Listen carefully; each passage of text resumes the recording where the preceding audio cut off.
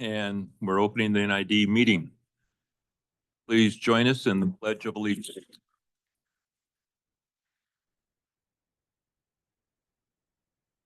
I pledge allegiance to the flag of the United States of America and to the republic for which it stands, one nation, under God, indivisible, with liberty and justice for all.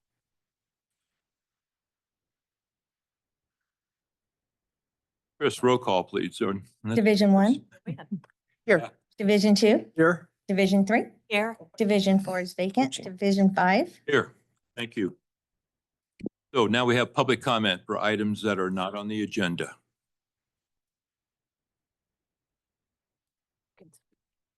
Anybody? Seeing none? Yes. Please step up and, yeah. Not a problem. Yeah, my name's Emerson Pashad. I'm here about a landslide. Maybe some or all of you know about this on Wet Hill Road in Nevada City. It's been going on the slide has been going on for about 8 years now. It's currently in the courts, so I'm not going to go into any of the details of the slide itself. I'm here merely to find out what we're going to do about fixing it. It's been going on, well, it's been in the court for 5 years, and I want to determine what we're going to do about fixing it. I can't fix it. I'm currently in debt about $700,000 on this thing, and so I can't do anything. NID is going to have to fix the slide, or they might lose the Red Hill Canal. So the slide is up to the Red Hill Canal and is chipping away at it. And so we need to determine what we're going to do about it. As I say, I can't do anything. I'm broke. I'm in debt. And so somehow we're going to have to fix this thing.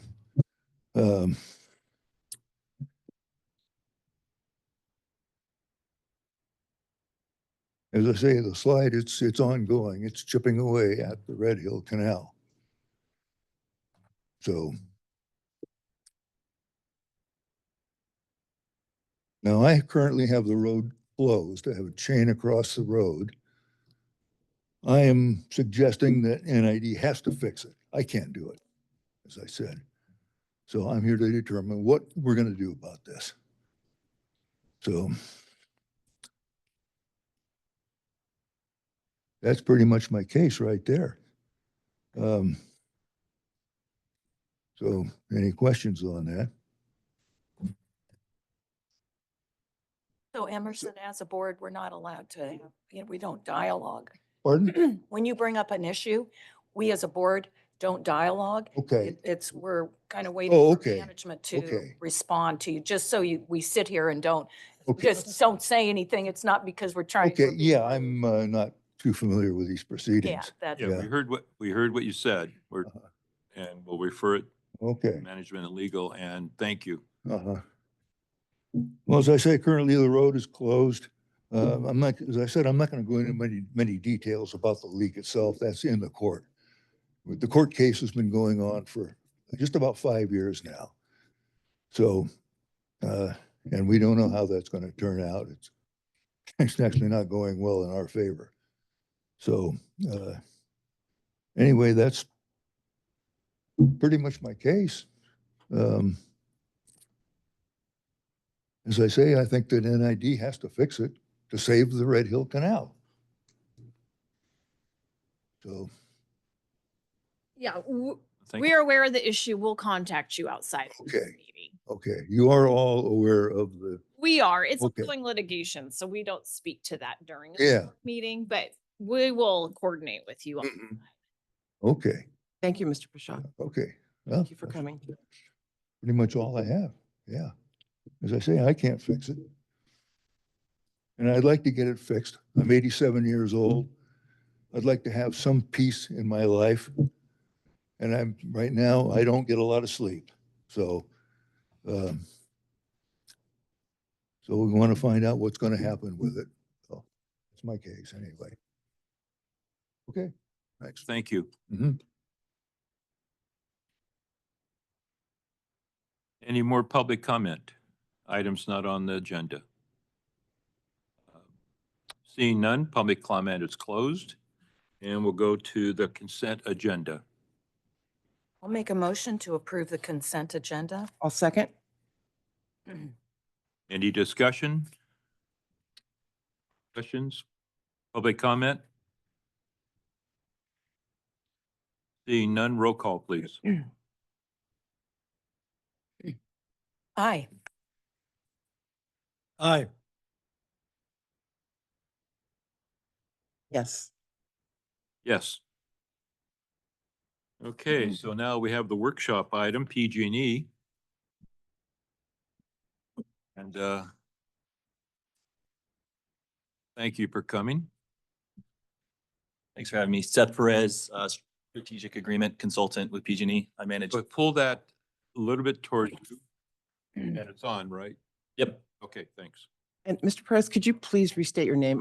Yeah, Seth Perez, strategic agreement consultant with PG&E. Thank you very much. And I manage our coordinated operations agreement between PG&E and NID. As far as updates, pretty sparse as far as updates. We're still working on making adjustments and preparing to test our alternative for Spalding 2. And as soon as we have a date in mind to do that testing, our operations folks will notify the NID operations team to just coordinate the additional flows resultant from the testing. And again, the critical driver for the timeline on Spalding 2 is receiving both the bearings and the governor system back from the vendors. We expect the bearings back in the next couple of weeks and the governor by early to mid-December. And we'll begin work at that time to make those repairs to return that unit to service. Go ahead, Rich. So the bearings, was it a case of not being used and they froze up and rusted up, or what happened there? They wiped. So I'm not sure of the details, but the bearings wiped. The unit had been out of service for a while, and so it experienced an overspeed event. And so they started spinning really fast, and that wiped the bearings. So we got those remachined and babbited, and we'll be doing some QC to inspect them, and when we have them back, and then we'll begin the install there. And these are not your normal bearings. How big are they? Well, they're inside the generator. Yeah, so they're huge. They're pretty big. Yeah. And wipe the bearings means what? So it spins, and when you wipe it, it just basically it Shears off? shears it off. Yeah. So it makes it so that it's not doing its job anymore because it touched something it wasn't supposed to. Do we know the cause of that? I don't, but I think it was just it happens from time to time, and all generators bearings will have issues, and so I can get back to you on what the specific cause was. That would be appreciated. Okay. Thanks. Mr. President, I have some questions. They're a little lengthy, so whenever everybody else gets done. 100%. Did you want? Okay. Thank you for coming. We were told that it was possible that we wouldn't have a PG&E representative here today, so thank you so much for being here. Yep. So what I want to talk about is this memo. Okay, so you're a counterpart, maybe, I don't know if he is or not. Brandon was here on October 9th and made a report, and I went back and listened to the video. And then on October 10th, we get a copy of this memo from PG&E, and I'm just going to hold it up so folks can see it, to FERC, the Federal Energy Regulatory Commission. And in this memo, it seems to contradict some of the things that we were told by Brandon. And so there's a couple things I really wanted to clarify, if you can hang with me. I'll try. Okay, great. So in page 2 of it, it says, although PG&E has successfully completed the work to safely return limited flows to Spalding 1, additional work is required to release the project to full operation. Then it goes on and says, significant effort remains to replace the PRVB and PRVA discharge horns. Additional work also remains to remove portions of the damaged concrete columns and protect the new columns and discharge chamber from long-term wear and deterioration. Well, the day prior, Brandon did not share any of this information with us. I just want to point out that that doesn't help build trust, right? For us or the community when we are told one thing on the 9th and we see a memo on the 10th that seems to contradict what we were told. Brandon told us, and we have it on video, that, where did it go? I have my notes here, sorry. He said it would be, everything is complete and there's just some limited testing of this, that, and the other thing that's going to go on, but it was not a big deal. And then further down in this memo, you guys talk about that you need more time. And you're asking FERC to delay or to give you until December of 2025 to release reports, final construction report, and so on. And once again, what we're seeing here is a delay that we were not told about on October 9th, but is clearly in this memo of October 10th. So there are a number of other items in here, and I think God bless UBNet for doing the article that they did that really pointed out many of the discrepancies. And I just would like you to speak to that, if you would, please. Sure. So I haven't reviewed the video that where Brandon was speaking to the board. Excuse me. But I think, and I'm speculating a bit here of the intent of what he was saying. And I think when he meant completion of the PRVA and the wall, that was completion to return flows of water, right? And so we have some return work that we need to complete associated with the wall. We're going to install cladding there, so steel cladding to just armor it against future flows when we return the unit to full service. PRVB, that has always been the case that we are going to return in March, right? So that's our kind of phase 2 outage, right? So that one we still have to demo out. We have to install the liner. We have to do everything we did on PRVA, and then on PRVA, we need to return and just do some touch-up weld work. So we got it to a point in the first phase to be able to move water for that duration, and then we're going to go back in and complete it with some additional welding on the ports there, the grout So ports. why do you need till December 25th or December 2025? And that's not for construction, right? So that's the whole project. So that includes, and let me clarify, our schedule and our intent is to start March 1 and return Spalding 1 back to service in July. As we've communicated, that's the intent. But there's still going to be closeout work that we have to do. We'll have to update our records. We'll have to work on our regulatory filings, right? And so that gives us time to work on kind of the record keeping and administrative portions of the project as well. Okay. Brandon also mentioned that the testing was going to begin on the bypass next week, which would have been 2 weeks ago. And so is that testing complete? Can you tell us? This is the bypass in the event. And on SPA 2, the alternative, right?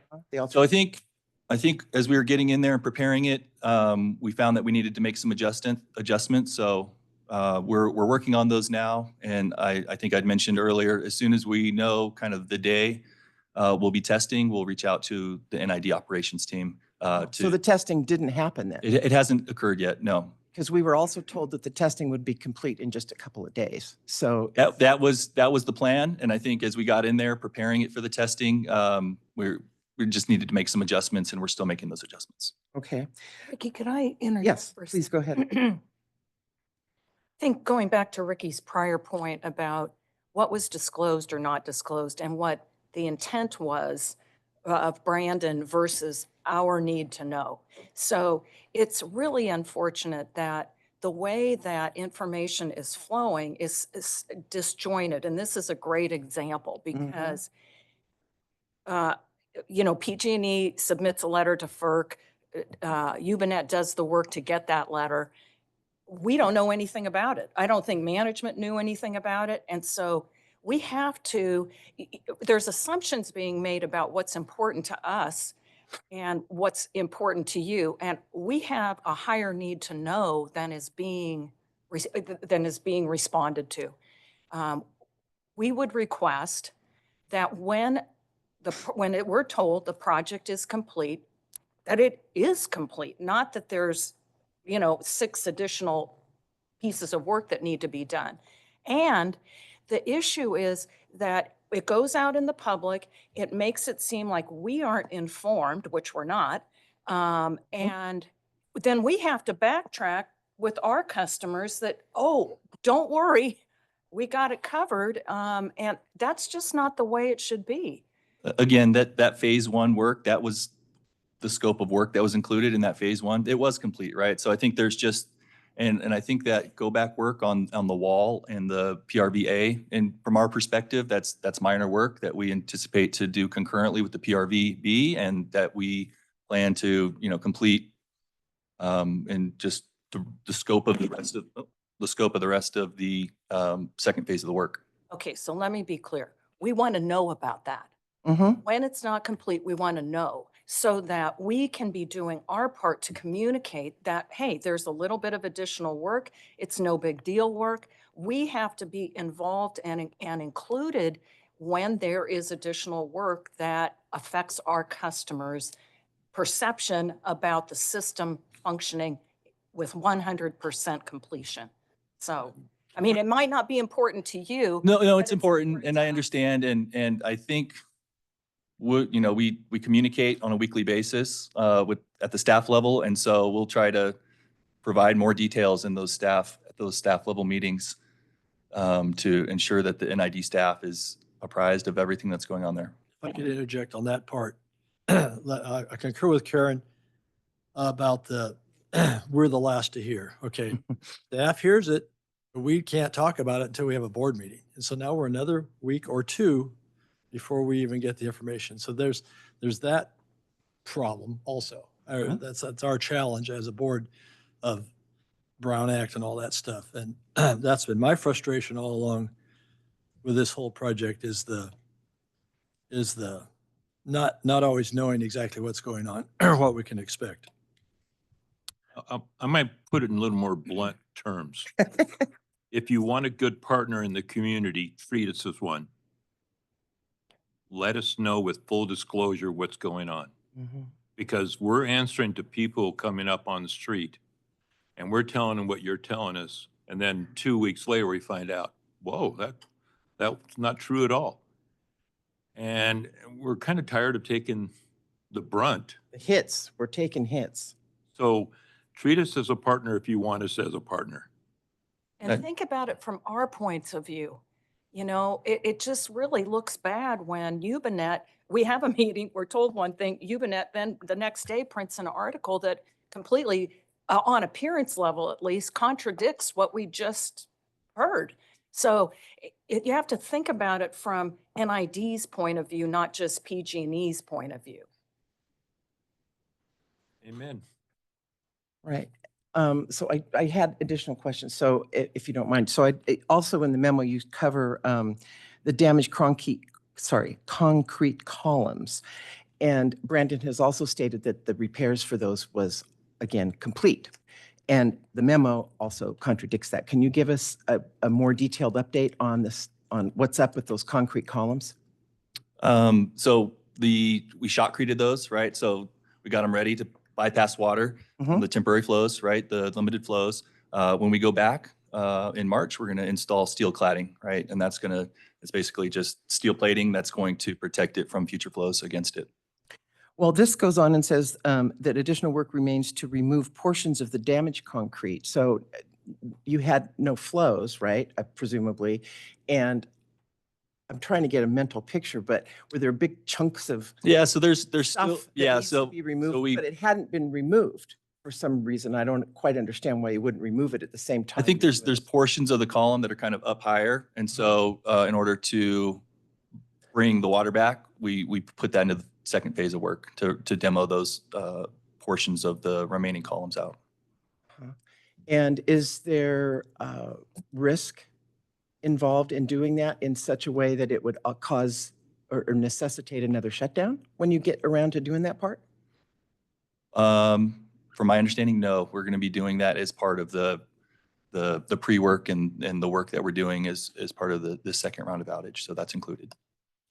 Well, I have other questions. I'm not going to bother because it's just, this is what we find every single time. That's why it's so frustrating, why you see the frustration of all of us up here. It's because we haven't been getting straight answers from PG&E. And it's really unacceptable what we've all been through, especially our community. So with that, I will stop. And if anyone else has something to say, please do it. I just had a couple of questions. Previously, a number of times we've asked for a schedule for the completion of the work at Spalding 2, Mhm. as well as for the second horn. When will we get that schedule? It's been in draft form. I mean, Yeah, I think we have a draft that's near final. So I'll get back with the team when I get back to the office today, and Do you think we can get it today? maybe if everybody's responsive today, yeah, I'll see what I can do. Okay. And then the second item I wanted to address was that we've talked about this several times in the board meeting, as well as there's been several letters of correspondence that have gone back and forth between our two entities related to NID's request for the root cause analysis. So the root cause analysis is a utility practice that PG&E itself has identified when a major event goes on. And over the past several months, we've been told several times that PG&E would provide that root cause analysis so we can better understand what precipitated some of these events. So we have 4 significant issues in one small area between Spalding 1, Spalding 2, the low level outlet at the dam, and then the pipe falling off the hill. A number of you have told me that you would give it to us, and we were then told at our last board meeting that we would not be receiving it. As well, we wrote a letter again requesting it, and we received a letter backdated October 21st from Stephanie Maggard that I find to be really concerning. And I just wanted to touch on a couple of the areas that I'm having some issue with. One of the items is related to this specific sentence. Going forward, PG&E will provide additional information related to any subsequent repairs and documentation related to the cost of the repairs performed, for which it will seek contribution from NID in accordance with the terms of the COA.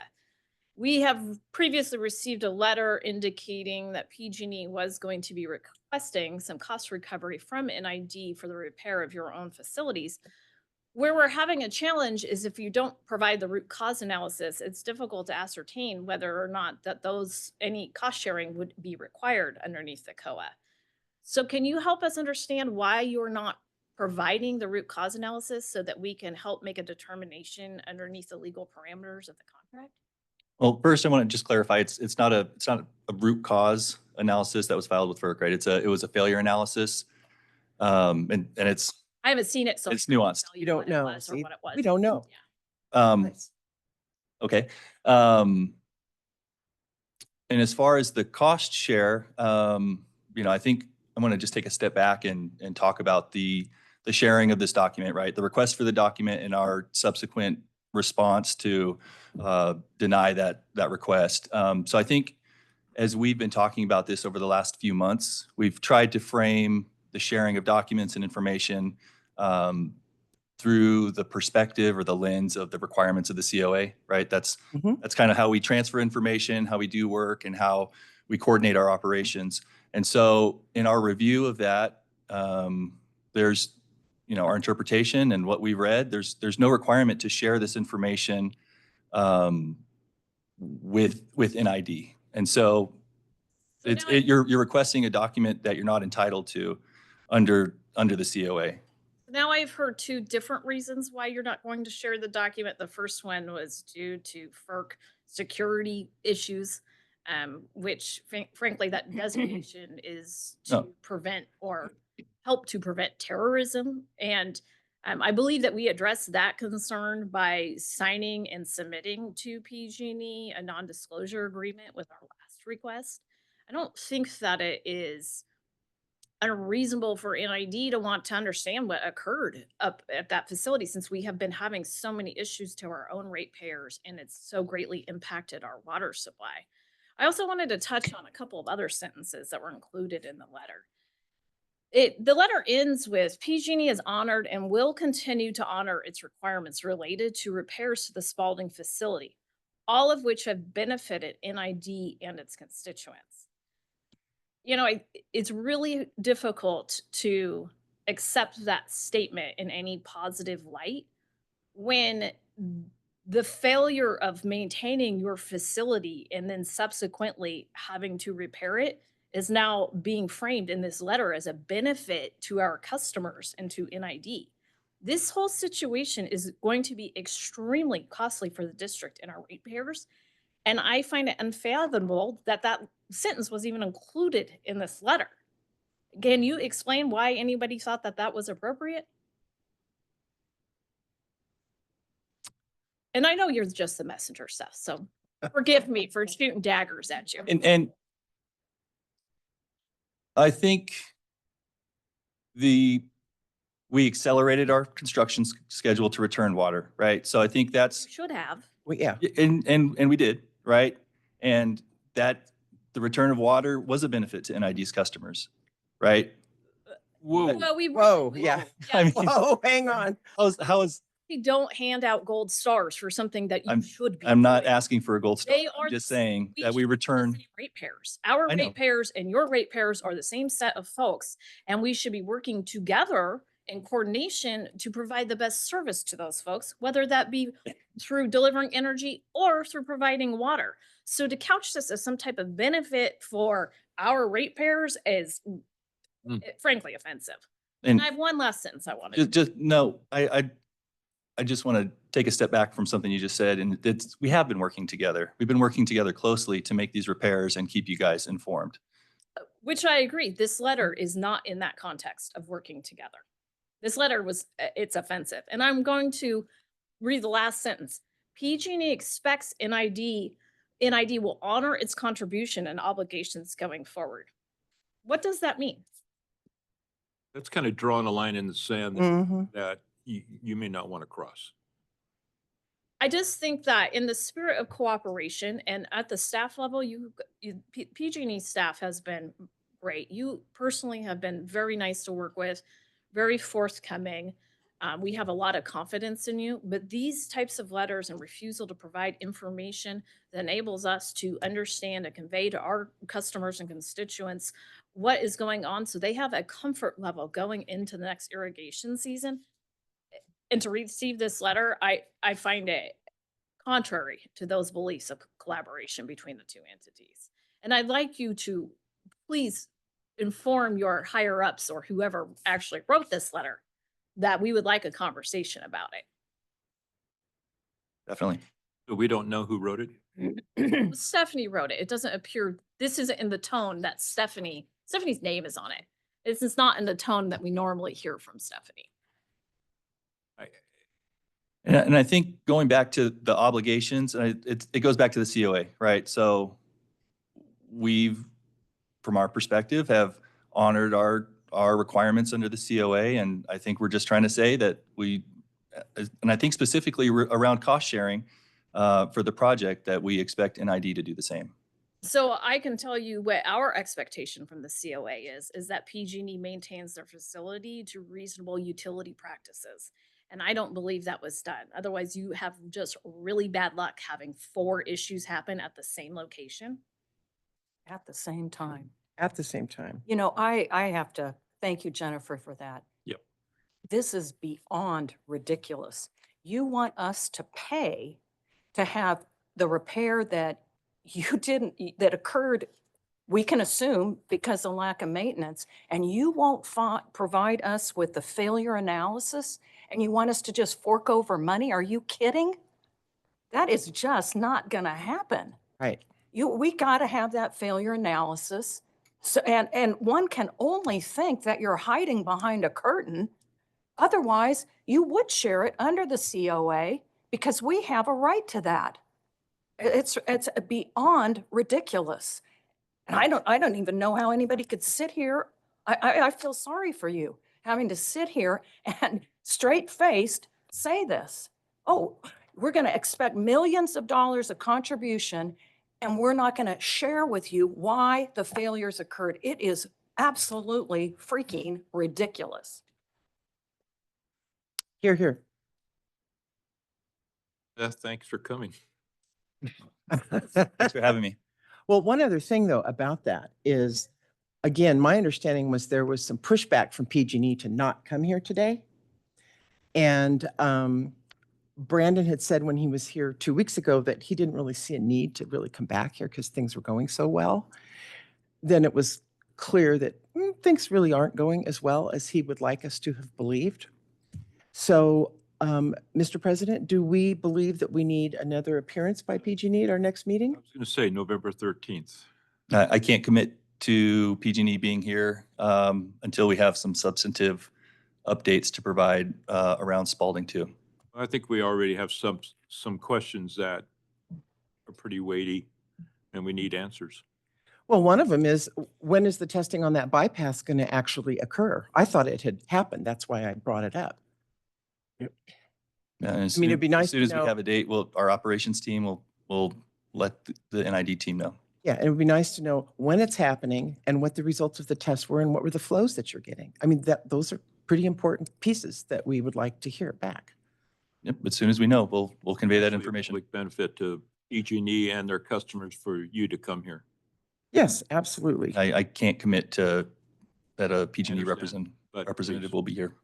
Maybe you could tag someone else in. Tag team's all right.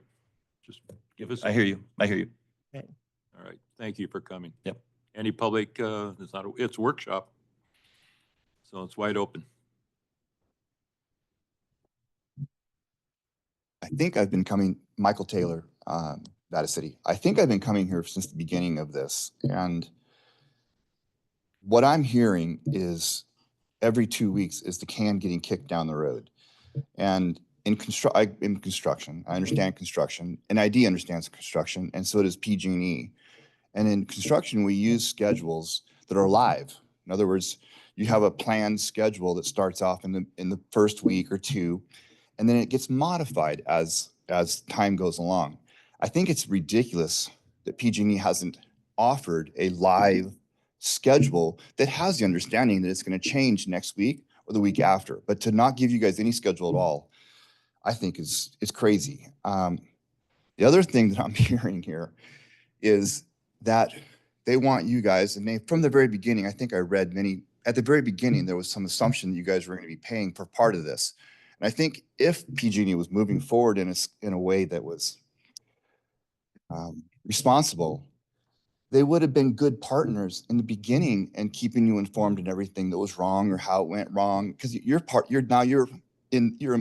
of the problem, a part of the solution in paying for this. So it seems strange that for almost a year, you guys have been excluded from understanding all of the details, including being present while the repairs are happening. It was my understanding that you guys couldn't even send a representative down there to watch the repairs or to have one person standing there making sure it's on schedule, making sure that they're looking at the schedules and things are moving forward.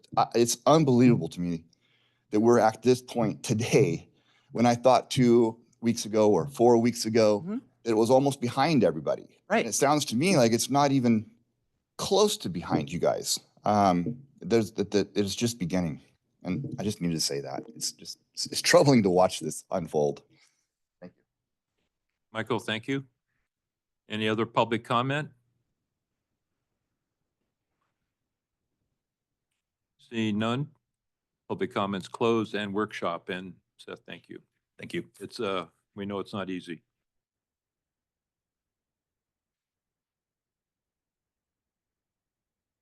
Okay, we're going to general orders, and 5A is the participation in California Employers Pension Prefund Trust. This will be a much nicer conversation. We promise we're not. No, don't worry. Yeah, he's afraid. Yeah, we I are, know. we are Yeah, pretty what's- nice. What's the root cause? Yeah, right. I'll just quickly introduce this topic. So we have CalPERS here with us today. So as the board is aware, the district has several long-term obligations that are related to post-retiree benefits as well as compensation. CalPERS, or the district participates in CalPERS, which is the pension provider for our full-time permanent staff. When and he will, and remind me of your name again, please. Darren Lathrop. Darren Lathrop. He is from CalPERS. He is here today to provide the board a presentation. So we have two long-term obligations. One we've talked about often, which is referred to as OPEB. That's other post-employee benefits, and that's related to retiree health care. The district has a long-term obligation to pay for those benefits, and to do so, the district opened a trust through CalPERS that we fund the trust as well as we pay ongoing OPEB obligations. That system is going great. In fact, we've never actually had to draw down on the trust. We've continued to pay annually on those obligations, so we're in a really good situation. One of the board's strategic priorities was also to look at unfunded liability. So unfunded liability is essentially related to pension costs, long-term pension costs. So when an employee retires, depending on what pension formula they're under, they get some type of pension. Whether they're a classic employee or a PEPRA employee, it differentiates between their final retirement formula, but also what the employer and employee obligation is. PEPRA employees have a much higher employee payment obligation versus classic employees. When there is a difference between the projected revenues from CalPERS on what those funds are invested for, what revenue, investment revenue those funds bring in, what was projected and what is actual, it results in what's referred to as the unfunded accrued liability for that obligation. In order to pay that obligation and to make up that difference, the district we make an annual payment related to that. It is also now time to start looking at developing a more formalized plan to be able to pay off that obligation into the future. That obligation is set by an actuarial study that is completed by CalPERS, and it is every 2 years it's done, or is it annual? Annually. It's done annually.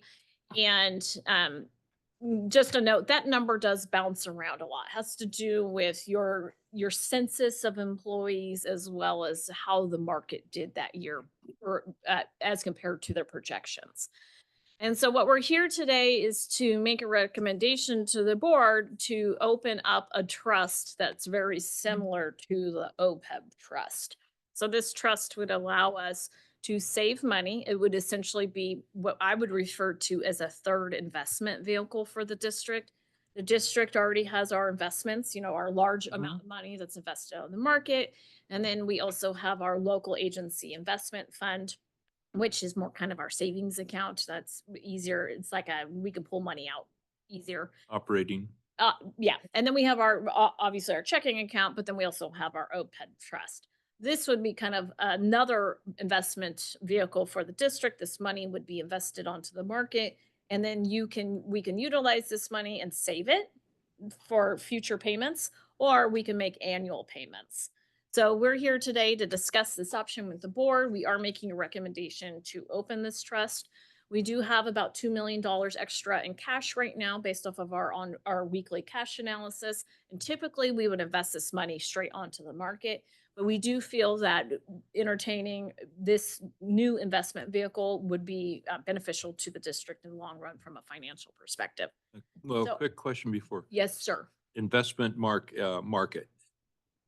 Are we limited to 5 years? Are we limited to interest bonds or? Yeah, We also, I don't know. Darren will have to go through that. I'm not exactly sure what all of it's not, I'm sure it's controlled by the government code. I don't know if it has the same requirements as our investments do, but he can cover that. because, okay, and you're going to get into the CalPERS investment policies. Sometimes they're more politically invested than they are. We're going to totally touch on that. And we'll cover a little bit of that. I have a question, Mr. President. Yeah. Along those lines, and this follows the same parameters we can't invest in the open market the same as we can't with our other money? Yeah, we're not, by law, you are, public agency is not allowed to invest in like For any, stock. with any of our money? No, it's speculative and it's not our money. So there is a higher level of security related to government investments than there is the private person investment. Excellent. Well, good morning. My name is Darren Lathrop. I'm Customer Outreach and Support Manager. So just kind of a little background, you know, I do work at CalPERS. We work specifically in pre-funding programs. We administer Section 115 trusts, so that's Internal Revenue Code Section 115 trusts. We're very unique kind of in our organization because our division is essentially here for the sole purpose of these trusts. We don't commingle staff, assets, or anything of that nature with the programs that we're involved in for pre-funding. So I do want to talk about a couple things today, and of course I will have some investment stuff so we can answer questions as those come up. But really to kind of share with you a little bit about us, essentially what the issue is, showing you some numbers specifically for NID, and then of course the tools to manage those.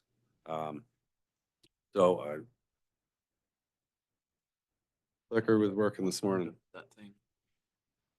Morgan? See. All right, we're good.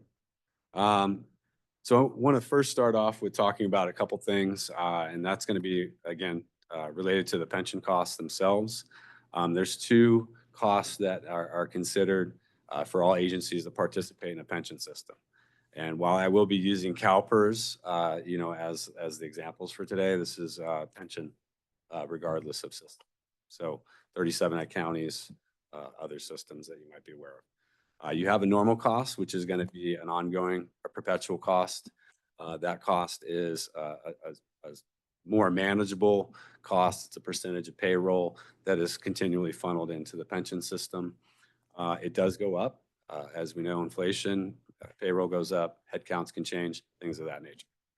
So while more stable, likely to increase. The other one's the unfunded accrued liability. And essentially that is what the cost is for any particular member in the system. So for instance, I was hired today, unless the district had the ability to pay whatever that cost might be in the future on day one, they would have essentially created a liability for that cost. On CalPERS then, you know, that while that cost is there and not paid, part of the formula, you know, the greater formula for the pension system, that money needs to be invested in making, in our particular case, a 6.8% interest year after year to eventually afford the benefit. Can you talk about that 6.8% interest and explain that more thoroughly about? I can go very high level. I don't actually, like I said, I don't work for the pension system itself, so I don't want to get in mislead anybody. But again, the idea is that money, those two components need to happen on day one when you don't have it. CalPERS actually will, again, is aiming for 6.8% interest year after year. When we don't do that, of course, that's when we see some volatility, and that's really more what I'm prepared to talk about today. So the 6.8% is a return on what is the 6.8% interest on? Is it that we pay it or that's the expected earning rate? It would be, for those that, let's just say that the district was fully funded, that's what's expected to be invested in earnings year after year to eventually pay for the retirement benefit for members. Okay, When thank you you. are not fully vested and you still have the liability, that 6.8% is essentially paid by the districts until that money is invested. Got it. So That's clear. that's 6.8. Are we fully funded? No, that's why we're No, having that's- this conversation. Exactly. Most agencies. So we would have to Most make, yeah, agencies are not. we'd have to make that up plus the 6.8 that, and if CalPERS falls short on their investments due to whatever investments their market they're in, then we have to make that up also.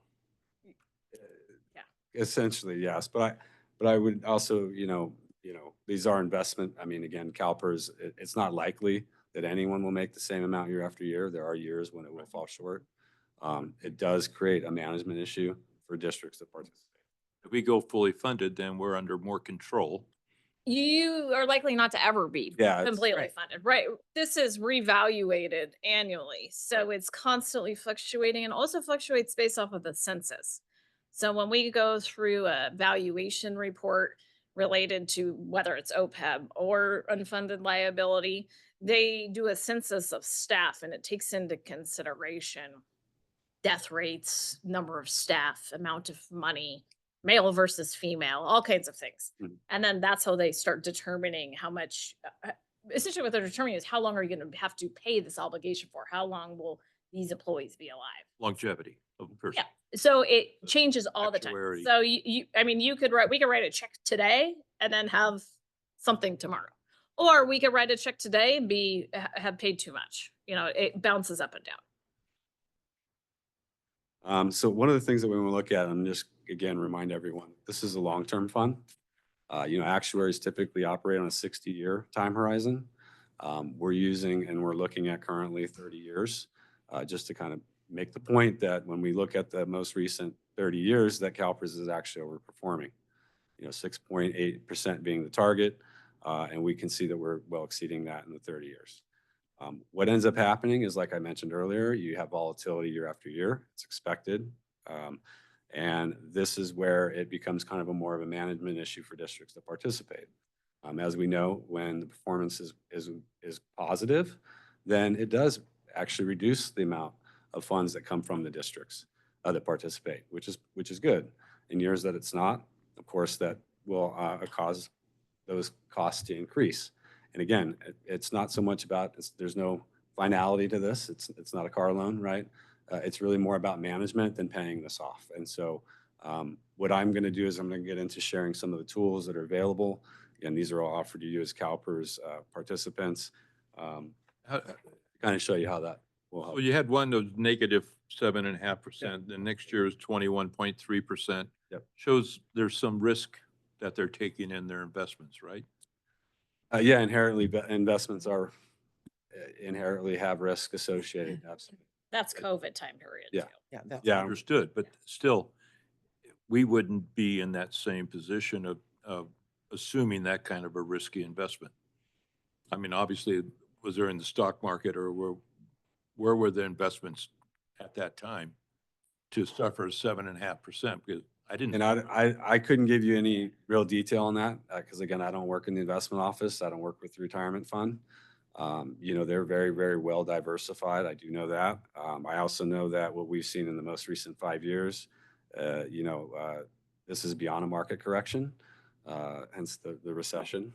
Seeing a swing of 20+ percent is not as unique.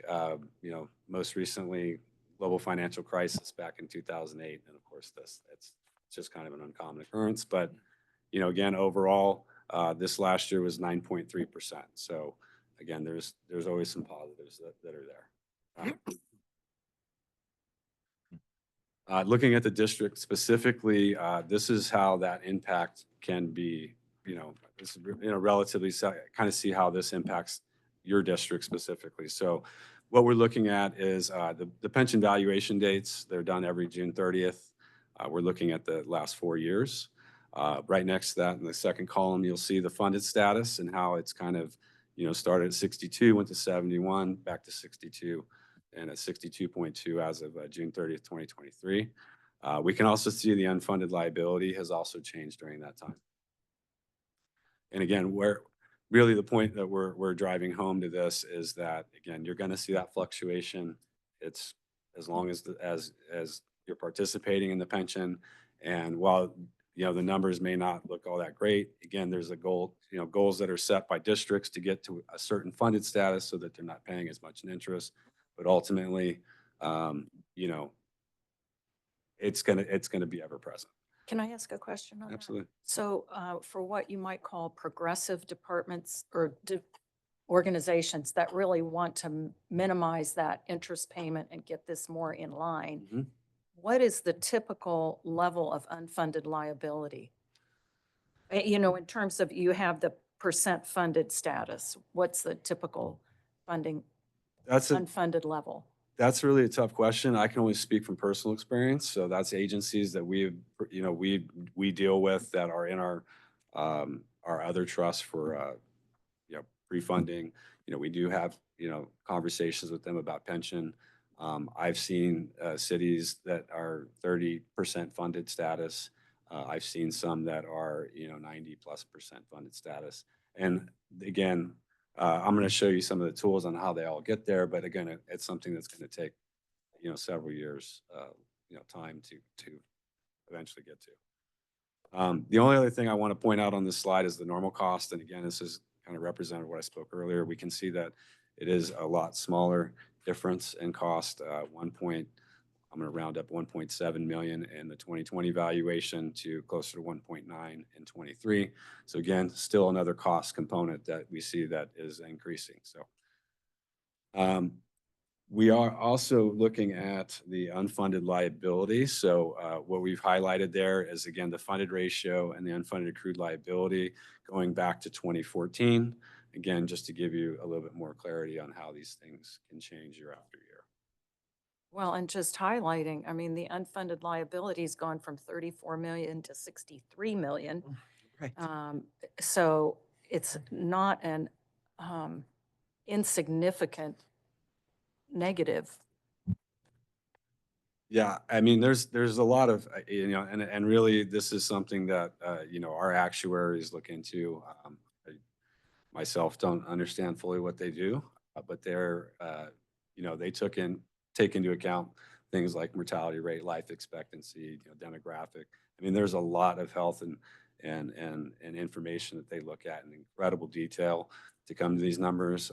There could also be changes again in terms of like head counts, benefits offered, things of that nature that can affect those numbers. So while, yeah, it shows it's doubled, I don't know that that's maybe something more of a modern or recent changes that might have impacted that. Yeah. That would be an actuary question. There's also, in this time period, there's a huge wobble in the census that the district was using. So kind of like 18, 19 timeframe when we started going through the census, there was several, it was essentially incorrect. So some of that you're seeing a correction in actuals. Well, you can see that in between 2020, I mean, you can see when it occurred. In 2021, it was supposedly 43 million, and then it jumped to 60 million. So I think that was, Yeah, there's the wobble in there. there's the wobble, yeah. Because also since then, and remember the valuation is always in the rears, right? And since then, we've also made that adjustment to the head count. So that, Yes, yeah, so otherwise that would be larger. yes. So I want to cover some of the tools that agencies have that participate with CalPERS pension system. I'm going to look at them in detail, but there are 4 tools. Now, what's unique is the first 3 tools are really all about catching up to the debt. It's all about saving money by paying more upfront. First tool is going to be paying that July.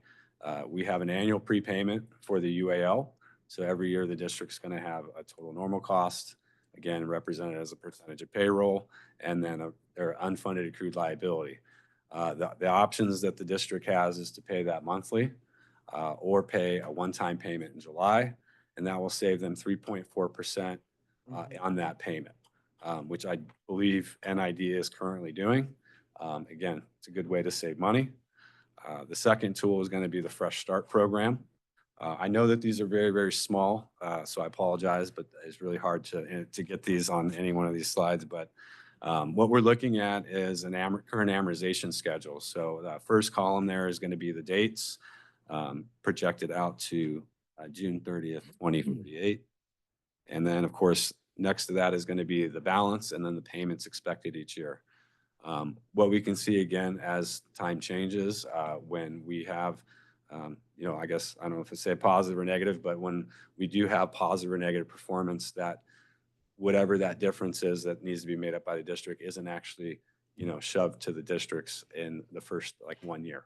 You actually spread it over 5 years to make it a little more digestible, make it easier. And of course, things can happen year after year, but eventually you get some uneven payment schedule that you see for your amortization schedule. Go back just one slide. You don't have to go back to it, but You said if we made monthly payments, we get 2.4% interest? It's not Did I hear an that wrong? additional charge. You save 3.4 by paying. Save monthly. 3.4. Right. Okay, we saved 3.4, Mhm. but if we were to invest it, we might make more. Wow. That'd be hard. Maybe understand. last year. Like Yeah. being in the Yeah, I stock. There's mean, always, it's a hit and miss. This is, it'd be hit miss. We pay once annually to take Mm-hmm. advantage of that discount. Or you could, okay, or you get a 1-year CD and pay at the end of the year, you might get 4.7, 5.0 inch percent. No? I mean, theoretically, yes. Yeah, okay. If interest rates go up, back up, which Right, that would be playing the market a bit, Yeah. but I got you. If I could go back 1 second, or not to go back, but we talk about this about once a year, so understanding how it works is always out there. Sure. So we're making an annual payment yeah. So paying, towards the UAL, making that's- one-time payment in July for the whole year. and that's a minimum payment. So we're talking about the additional we owe, or what? That's what's got me confused right now. This So, payment we make versus what we're talking about saving money for. so we pay a normal cost payment, which is our normal pension cost. Then we pay the UAL payment, which is shown on, if you Right. back up to this Yep. slide, up, this one, that one. So see where it says current amortization schedule? We're currently paying on that schedule, and that's going just towards the UAL. We take advantage of a discount on the interest rate by making one lump sum payment a year versus making a monthly payment. Right. What he's presenting today is the Fresh Start program is essentially like re-amortizing your mortgage to a shorter term, which decreases the amount of interest you pay over time. Okay. The alternative schedules he's showing show a 15-year amortization and a 10-year amortization, which is a great idea. We just don't feel that we're quite in the position yet to commit to those payments, but we are recommending we make additional payments. What we can afford now. Right. Kind of how if you make an extra payment every year Right. on your mortgage, Right. which many of us do, knocks off interest over time. So CalPERS started the Fresh Start program because they need more money? I mean, that's a quicker way to get No. money. I wouldn't say that, but Well, another way to look at it though is from the district's point of view. I mean, it saves us money by doing it. So, I mean, if it benefits CalPERS, cool, but Yeah. I mean, to me, this is the benefit to us, Right. not to them. I think this is a great idea. We did want to present it. Where our staff's recommendation for this year is to continue to pay on our current amortization schedule, but make extra payments. And then take reconsideration of this once we have a couple of different items figured out related to some of our larger capital projects. So is Makes the, sense. if you did the Fresh Start, is it saying that you bring your unfunded liability to zero at the Wow. end of those? Theoretically, based on Theoretically. this year's amount, but remember, it gets revalued every year, so that amount is always bouncing around. Right. But theoretically, if it were to stay the same and be locked in, yes, you would bring it down in 10 years. yeah, and So- if you look at the bottom of that page, I'm sorry to interrupt, you'll actually see what the interest is paid on the current schedule, interest paid, as well as any savings by changing those time. Right. Right. Yeah, it's a huge. And it's, I mean, it's an assumption that you want to bring your unfunded liability to zero. Yes. And so you might, as you referenced, you didn't say that there were many districts that brought it to zero. But we might say we want the unfunded liability to be approximately 20% or 15%. I mean, we could have a different target than the zero that's presented in this table. Right. I mean, once you start getting it low, and since we're promoting this, we want to do this investment vehicle through the trust. At some point, it's similar to how in OPEB. So in OPEB, we're real close to not making any more big chunk payments and just right. being able to pay our annual obligation out of the trust. Right. Because our trust is built up enough funds as in making enough investment revenue. So from that perspective, we're taking advantage of investing the money to pay the payment. So Right. would you want to take, for example, you hear a lot of celebrities, they're, bazillionaires, but they still have a mortgage because to Rich's point, you can make more money on the market than the Mhm. percentage interest rate Right. on the mortgage.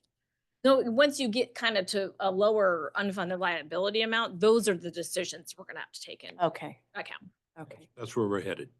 That's where you want to be. Like, we're in a really good position with OPEB. We want to start getting ourselves in that direction with UAL. Yeah, thank you for covering the fresh start. The Listen- only other She sold it. the only other benefit that you have is it also levels out payments because you do re-amortize the debt. So again, from a management perspective, it makes things a lot easier. When you do have those fluctuations, which inevitably will occur, they're smaller and more manageable for the district. Right. Well, the overall benefit of $20 million by paying it off, that's huge. Mhm. That's Mhm. money into our infrastructure. Mhm. Mm-hmm. Yeah.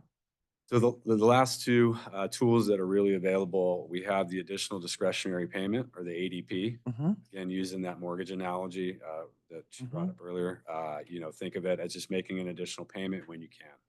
Right. The payment goes to principal, essentially reducing the interest charged on the debt. They're very effective. They're not, again, not without some sort of risk because you're subjecting that money into the market when you do make those payments. So, essentially their value could be higher or lower at the end of the year based on the market and timing.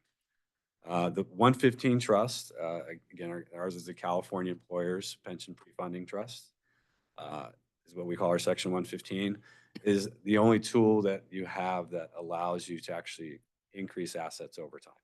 So it's doing, where everything else, like I mentioned, is saving some interest. This is actually helping increase your capacity to pay by generating investment income. So, we often reference this, like, if my mortgage was the highest interest rate, debt that I have, but I also have a young child and he's got to go to college, not likely to just pay off my mortgage. I'm likely going to do both because this one's generating money for my future expenses while doing my best to save money on my current debt. And that's really how you would think of this trust in the long term. So Yeah. with that trust, are you managing, CalPERS managing the investment in that instance? We have our affiliate investment program. So it's a different group of investment personnel that manage these trusts. They fall under very different rules, guidelines, and what our policies are for these investments. They're very specifically targeted for their returns. It's not like a maximum type. And, again, I have a slide that really kind of just demonstrates why.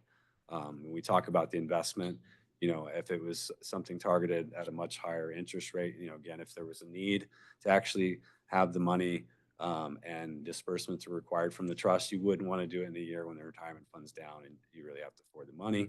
You're just going to solidify your losses. So again, they're very different in how they're managed. Thank you. Do you have a slide, or can you comment on what kind of performance Yep. that you guys have had in those trust vehicles Yep. over time? If you mind, I'll quickly cover this and I'll jump. Okay, great, thank you. Again, why most agencies are currently doing this, again, it's really about stabilization.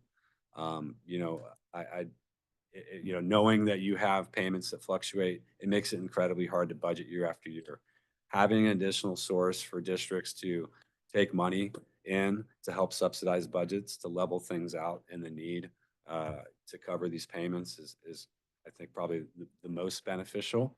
One things that we also talk about is having another fund available to you. Just being an irrigation district, you have trucks outside, you have facilities, you have pumps, things of that nature. You have additional flexibility in the fact that while this is irrevocably dedicated for pension-related expenses, in years that you might need money elsewhere in the budget, you are able to reimburse your pension-related expenses for that fiscal year. And when we reimburse, the money comes right back to you in a check, and it can be put back in LAIF and reappropriated once that cash is received. So it gives you another source of flexibility for other parts of the district. So it really, Any penalty on that? there's no penalty for taking this money. they're meant for that sole purpose. So I'll kind of move forward here and jump into one other thing. This speaks to where it's kind of targeted.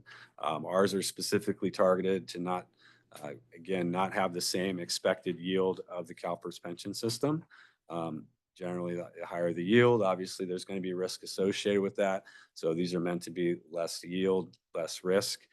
They are meant to outperform LAIF. Again, we're kind of in a weird time where we have seen some rather good interest rates from LAIF up to 4.2, I've heard at some point. But again, those are short term. You know, Fed's already decreased rates already. I mean, anticipation that more will come. Those interest yields will come down. And so they're meant to really kind of fill that dead air, I'll say, between LAIF and the CalPERS pension system. I won't really go into this. This is just a hypothetical to kind of demonstrate really what that yellow line at the top of this chart is showing is an expected increase in normal costs. So that, you know, again, visually can see that normal costs increase. Your blue bars are what investment would be needed today to essentially generate investment income to make that normal cost. So again, it's just kind of showing the effectiveness of these trusts and the compounding interest. One of the things that we're also going to talk about, and this is where we've kind of settled on in terms of what a contribution amount would be, is roughly $2 million. I know our $2 million was the expected contribution. 1.8 was the number that we spoke about.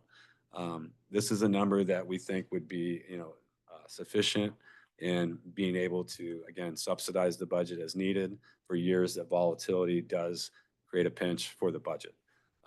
It's not so much that you can't get it all out in any given year. It's, like I said, kind of a sweet spot, we think, that would be incredibly beneficial. So I'm going to turn and I'm going to jump into some of the trust information. I did have some background information just for those that don't know, but we do operate two trusts at CalPERS. One is the California Employers Retiree Benefit Trust. NID is currently participating in that trust. It has been around since 2007 and currently managing actually closer to 23 billion in assets under management. Our California Employers Pension Pre-Funding Trust that we're discussing today is newer. I do have some investment, you know, returns information that I'm going to show in concert with CEPPT, specifically because with these, you know, investment vehicles, time is really important in trying to understand the overall effectiveness. So that's why we're kind of making those both, you know, so we can make that relation. So whoever made this slide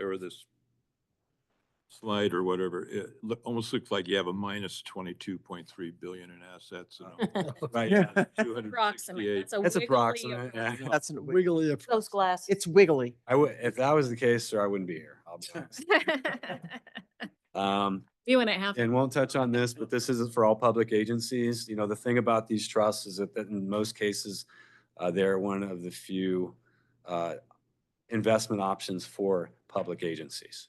And so, again, why they're so effective. So we do have two strategies. It is a very simple menu. Everything about the CalPERS Trust is made to be very, very simplistic.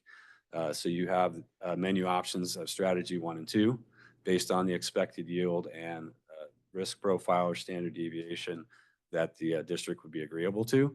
You do have the option of contributing to both if that is something that you would like to do as well. Also unique to the pension trust. But standard deviation on the price is risk. Risk, correct. Yes. So the portfolio details, these are all invested in public market asset classes. Again, all the same asset classes are used for both strategies. It's the allocation that differs between the two. No private equity is used in the makeup of these trusts. Here we have the time-weighted investment returns. This is as of August 31st, 2024. We report over 8 different timeframes. Some unique things about this is going to show you in our second column there is going to show the assets in each particular strategy. You know, often we get asked where everyone else is doing. So this is kind of that indicator. Again, we have supplied the retiree benefit trust information on the top because They're administered the same way. They use very much a similar policy. There is only two slight differences, specifically because of the targeted yield expected from them. But again, the asset classes are all the same. And so we provide that information so that as time goes on, we will have, again, something that we can relate what is expected in future timeframes, 5 and 10 years down the road. I won't spend too much time on this, but this is unique to this trust, is that the district contains and maintains complete control over these funds. Unlike the retirement fund, when you make an ADP, that money is again, forfeit's a horrible word, but the money is then given to the retirement fund. There's no chance of getting it. At least with the trust, again, while it may not be completely, it doesn't account directly towards unfunded liability, at least you still have access to the money if needed. May I ask about that? So are these funds, once we put them in the trust, are they restricted? Irrevocably dedicated, Okay. which again is the IRC, one of the guidelines that for a section 115 that we comply with. It just means funds that go in can only be dispersed to pay for pension related expenses. Right. So they are restricted for that singular purpose. Correct. And then, God forbid, what if, we have to access those funds for something? A, is it possible? But I'm hearing no. And B, if it were possible, are there penalties? There are no penalties. So I'm going to quickly speed down to the rates, but Okay. again, it's very simplistic.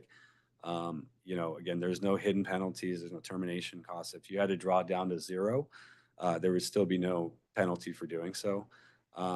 Earnings within this trust are tax-free, so that's one of the advantages. And of course, we talked about the $2 million because the district's annual expenses far exceed that. So Mhm. the idea being that if at any point that you needed to, take that disbursement in an emergency situation or for whatever the purpose might be, that would be an amount that you could do in any given year. Okay, thank you. Yep. I have a question. Can you change investment strategy? Once you select one, can you adjust like the following year? Yes. So, yeah, in this particular case, these are going to be units. So, there's going to be timing that's going to be associated with that. With pension, you can enroll in both concurrently. I typically, recommend agencies at least opt for concurrent enrollment in the beginning because it would be very similar to setting up a checking and savings account. You direct where the money goes in and where the money comes from. So whether you put money in your checking or your savings, and then whether you draw from your checking or savings, you have that option. Having that second trust with no money in it, there's no cost to do that. So, Our recommendation is to roll in both concurrently. yeah. But if you did do one and one or the other, it would be. So could I just want to ask a clarifying question. So you put the money into the trust and then you transfer it against the liability? Is that correct? So we currently make two payments every year, the normal cost payment and our unfunded liability payment. Right. We can or cannot use that money just to even pay the normal cost if we wanted to, correct? Sorry, the trust money can be used for normal cost, UAL, and any additional discretionary payments used in the future. Okay. So any advance payments. So we're pulling down the UAL annually through these payments as opposed to it's sitting in the trust, Right. that's the question is, because the trust has a value of 203 million. So is that money then used by these agencies to pay down, or is it? Only if they opt to. So oftentimes, like with our OPEB trust, we just let our money sit in the trust and we have not tapped into it to make any payments because we've been able to make payments. So over time, we're growing our trust and we're paying. Right. At some point, we're getting so close to fulfilling our obligation that we'll stop taking money out of the annual operating expenditures and using the trust money and living off of those investments. Okay. And that's Okay. the idea here. So you want to build our trust so that at some point we're not taking any more Okay. operational money. We're living off of our investments. Do you know what we pay annually for the OPEB? A I'm just- trust? Uh, Yeah, we pay 1.5 million to the trust. I don't know I don't know it off the top of my head. Just why I say that is because when we've got to that balance point, then we can take the 1.5 million and put it toward this. Oh, yeah, yes. Yes. Theoretically, yeah. So we're doing, I mean, position we're in, OPEB is great. Going down this road is really beneficial for the district from a financial Yeah. perspective. It gives us a lot more options. Our money's still invested. It gives us some flexibility if we need it in the future. It's just another way to start tackling this particular issue. It tackles it and also kind of another reserve fund. Yeah, basically. Yeah, yes. That's It's just another investment vehicle. Yeah, and the expected yield obviously is great, and that's a great benefit of it. But when you combine that with the other components, obviously tax-free earnings, you're going to have the flexibility it awards. It starts to make this a lot more desirable for agencies And because of the additional benefits and flexibility that it can provide. And we have, with all these options, so we've been so great at managing our cash, we've had a lot of extra cash to invest. right. And so this just gives us another pathway for investment. We hear it. Thank you. Yeah, thank you very much. All about long-term sustainability, right? So, Right. cost fee rate. So again, very simple in how we charge our fees. It's all inclusive. It covers all investment, administration, and custodial fees. It is just enough to cover my team that manage it, which makes up 14 of us individually that support these programs. We only charge based on contributions that are made to the trust. So if it was set up and no contributions were ever made, there is no cost to those participants. And do you charge that same fee against your earnings? Well, we're not for profit provider. So, again, it's based on performance. So like, for instance, we charge 25 basis points. We've used the example here on the slide of $1 million invested for 365 days, assuming no gains, losses, no disbursements or contributions. It would be a total cost of $2,500 to manage that investment. We do charge these fee rate is charged every single day. So you will see, those costs. If the market goes down, costs are lower, costs go up, or, gains are realized, the costs increase, but not to exceed an annual 25 basis points charge. It's a Very, similar very cost inexpensive. structure to what we pay for our PFM investments. It's Uh-huh. market-based. So, as you would expect this from me, how do you factor in geopolitical events into your investment?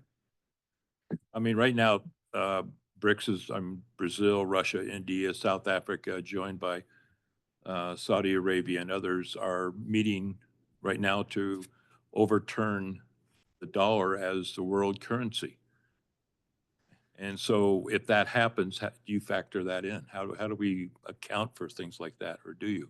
Well, I would tell you that, again, I don't work for the investment office. I am aware of how these are managed to some degree. These are passively managed investments. It's not a bad thing. It just means that, again, we're looking at long-term stability with these trusts.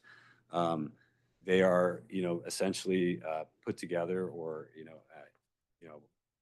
indexed to much larger benchmarks and are really have a very, very diversified makeup of each individual asset class. Again, we don't, we're talking about, global performance or, again, there's no private equity. They're designed much differently than what you would expect from like the retirement fund. So, if I'm more than happy to try and receive an answer from my investment team if that would satisfy the board to try and find out what their plans are. But I don't know that I don't know how much detail I could provide you. I mean, it's a hard question to answer. So, but I like anyone doing investment for us would at least be looking at it. I have a question. Your comment about these are passive investments. That what I hear is, you put these into whatever the vehicle is, and then you don't. Park it. Yeah, it's being parked, and no one's really actively managing it. Is that a correct No, actively trading. So when you have active and passive, it's just, it's really about, for us, it's passively managed because there really is no evidence that active management would improve the overall performance of the yield on these trusts. Uh-huh. And, secondly, it just increased costs to those that participate. So my one question is They're reviewed specific. oh, sorry. every day. Oh, every day. Okay.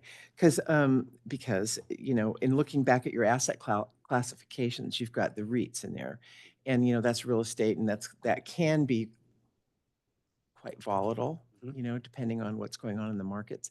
So my concern was, well, okay, if they're just parking it there and not looking at it, but I'm hearing you say it is being looked at. So if you saw the market in whole as heading a downward trend in real estate, I would assume the money would be taken out of that classification into another asset class?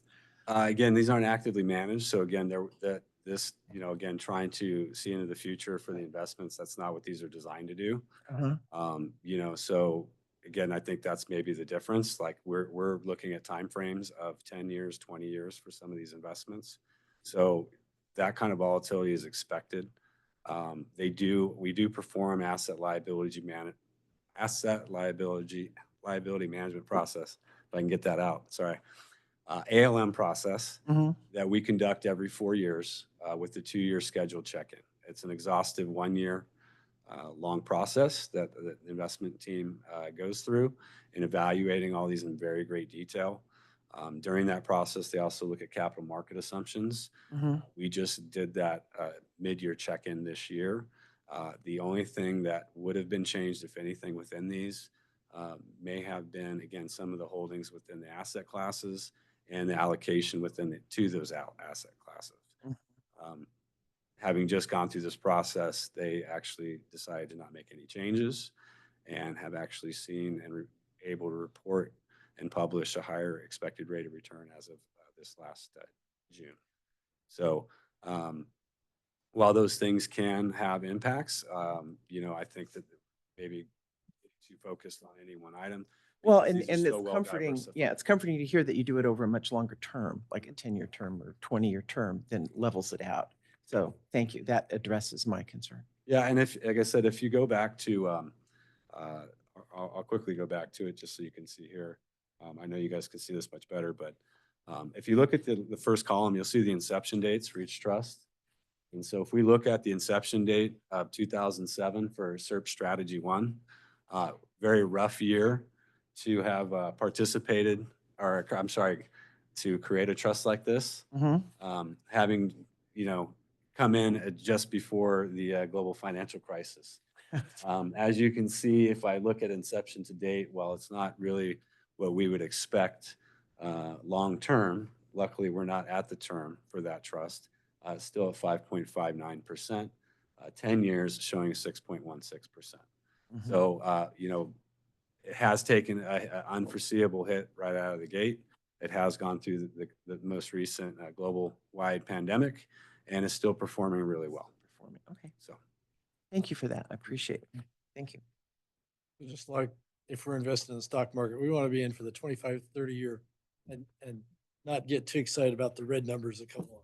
yeah, there is a saying, time in the market is better than timing the market. Mm-hmm. So, I think I'm getting down to the end here. I won't spend any time on this. Again, we obviously utilize CalPERS with our program. We utilize our economies of scale. We utilize our vendor relationships. That is really benefit to us and how we can structure these, again, as a not-for-profit Section 115 administrator, so that it is the lowest possible cost for everyone that's participating. So that really kind of wraps it up. We have other services that I think are really important to Jennifer and the team, and how we support agencies that participate, and the tools that we provide them to manage and make it successful for them. And that pretty much wraps up my presentation. And So are the trust support services an add-on to the 25 basis points, or is that included in the 25 basis? it is all inclusive, so it covers everything. Covers me, Covers Team, my it covers your colleague, team and all uh, your services. just our 14 individuals, all administrative costs, anything that, from our custodians, things of that nature, everything is all inclusive. I will also let you know, because it is pertinent and it doesn't impact the retiree benefit trust, the SERP that the district participates in. We just recently lowered our fees on our other trust by 1.5 basis points. As the trust has grown in size, obviously, there was an opportunity for us to do Right. a rate study. Fully would anticipate that would happen with this, but again, it's kind of in its infancy in terms of investments, so time is needed. But again, the goal is hopefully that if anything, it gets less expensive over time for agents. Thank you. Yeah. It's a great service. It does seem like a great program. What is the downside? I always have to ask, is there a downside? Joining the trust? Mhm. Well, we could use the money for something else, I guess. but- Right. But I mean, there's not a big risk to the No, initial fund itself and, No, because in the future, we could offset payments. We have. we Okay. won't make any. well, I always have to ask about. No, I think it's a good idea. So before the board, there is a resolution to approve initiating the contract documents to join the trust, as well as we're making a recommendation for pre-funding it with $2 million. That $2 million is waiting to be invested. So if we're not to do this, we would invest it onto the market. This is just part of our normal cash management. So with that, we can answer any more questions anybody has. Well, My only comment would be that we should be putting as much money as we can to, offset this Mhm. interest payment that we've got going. Absolutely. Because the church clearly shows that that's a worthwhile strategy for the district to save money in the long term. So I think I appreciate the presentation and the forward thinking. And so we are also recommending kind of doing the soft fresh start, which is Right. just voluntarily making additional payments. However, we will be revisiting that every year for the next few years because I That makes sense to agree me. that it is beneficial to re-amortize those payments. Yes. Yeah, that makes sense. Mm-hmm. so You ready for- Darren, thank you for your presentation. Do we have public comment? Let's go to public comment first.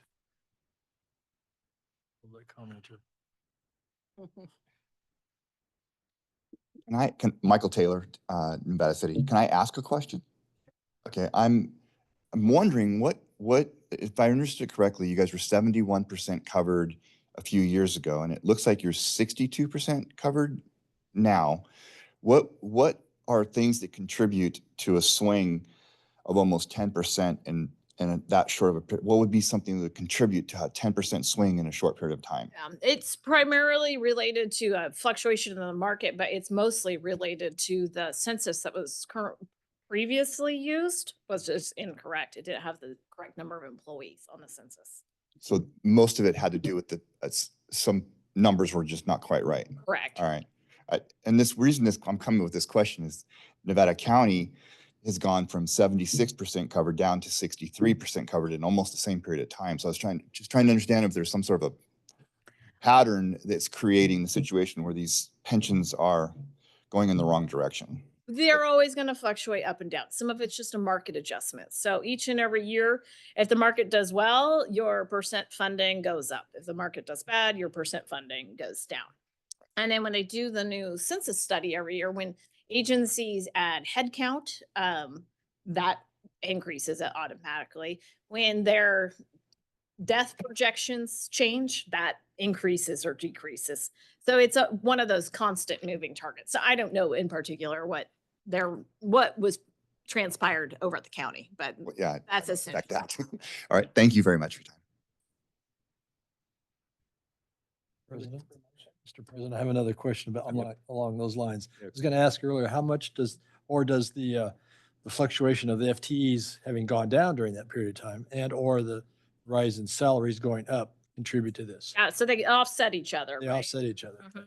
Also, the more as time goes on and the more PEPRA employees you have, so any employee hired after 2013, they have a different retiree benefit calculation. And they also have a higher, there's a higher employee participation. So as you get more PEPRA employees, your unfunded liabilities would essentially start going down as well because they're less expensive, primarily because they are capped at a specific percentage and a specific maximum salary that can go into their pension calculation. So along those same lines, what Chris just brought up, because that actually was the other part of my thought is part of the contribution to contributing to that trend, payrolls significantly increasing. For example, Nevada County's senior county staff total financial compensations have nearly doubled in like 6 or 7 years. In that same period of time, the pensions have gone from 76 to 63. So would that be a direct reflection of Probably not pensions in with, general? yeah, but well, yes, to an extent. So, what is the new PEPRA cap? 153. So anybody who makes over 153,000, additional salary increases do not impact their pension liability because they get capped out. Any salaries that are below that, if they do get increases, yes, that would increase the pension obligation. Thank you very much for the education. Anytime. Good, that's same for us. Yeah, that's an interesting fact. I didn't Yes. realize where the PEPRA cutoff was for. Yeah, the PEPR cutoff really goes a long ways to reducing long-term Mhm. obligations. So as you start to see employees retiring out of the system and having more predominantly PEPR employees, long-term obligations won't continue to grow at the same rate. Wow. Yeah. Unless your head count grows. Are you ready Right. for a motion? And don't forget the reporting that CalPERS investments are not doing as well as they used to.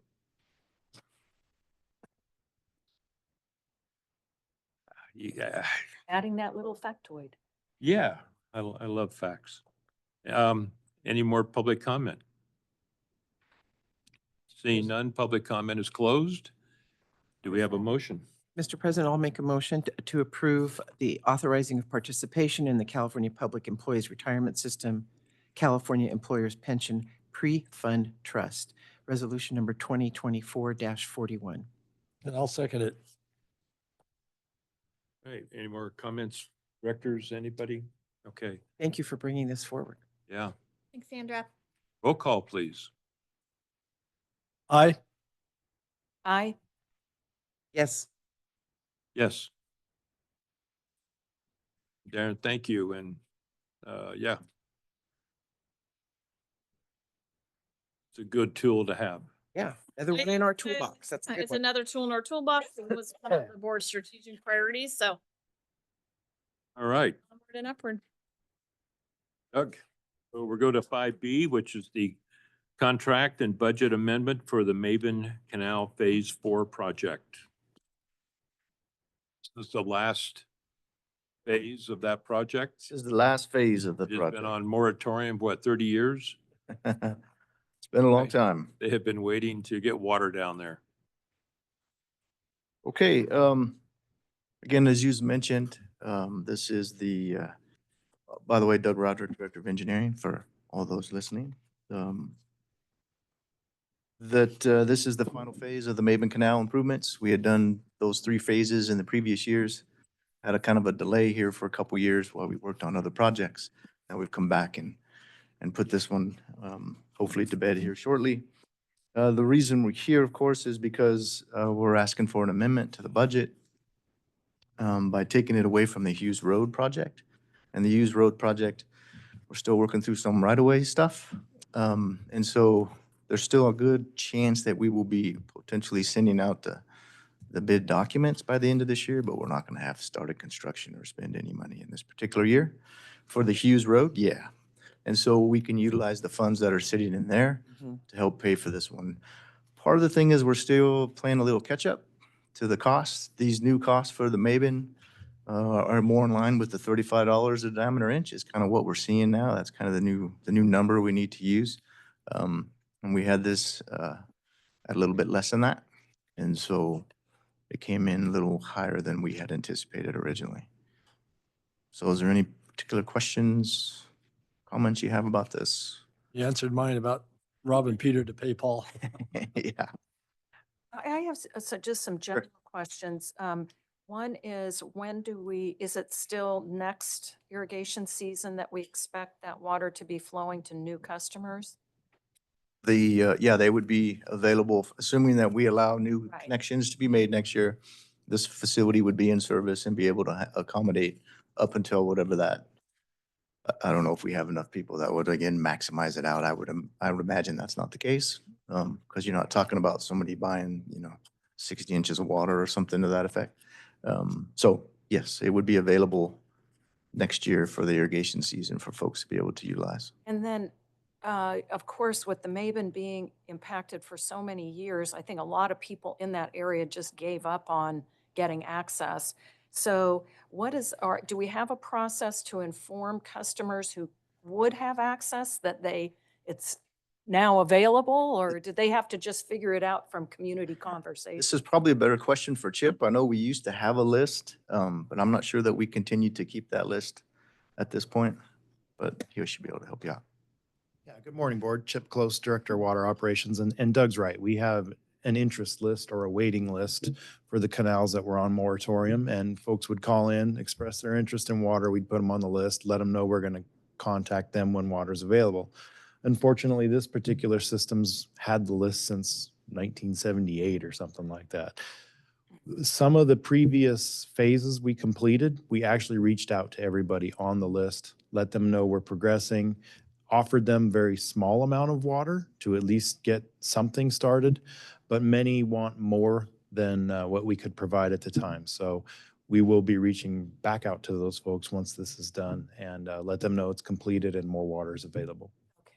But as of right now, I don't believe there's anybody left on the list who gets absolutely nothing. So I will just share one communication I had with a customer who could potentially have access to the Maben Canal.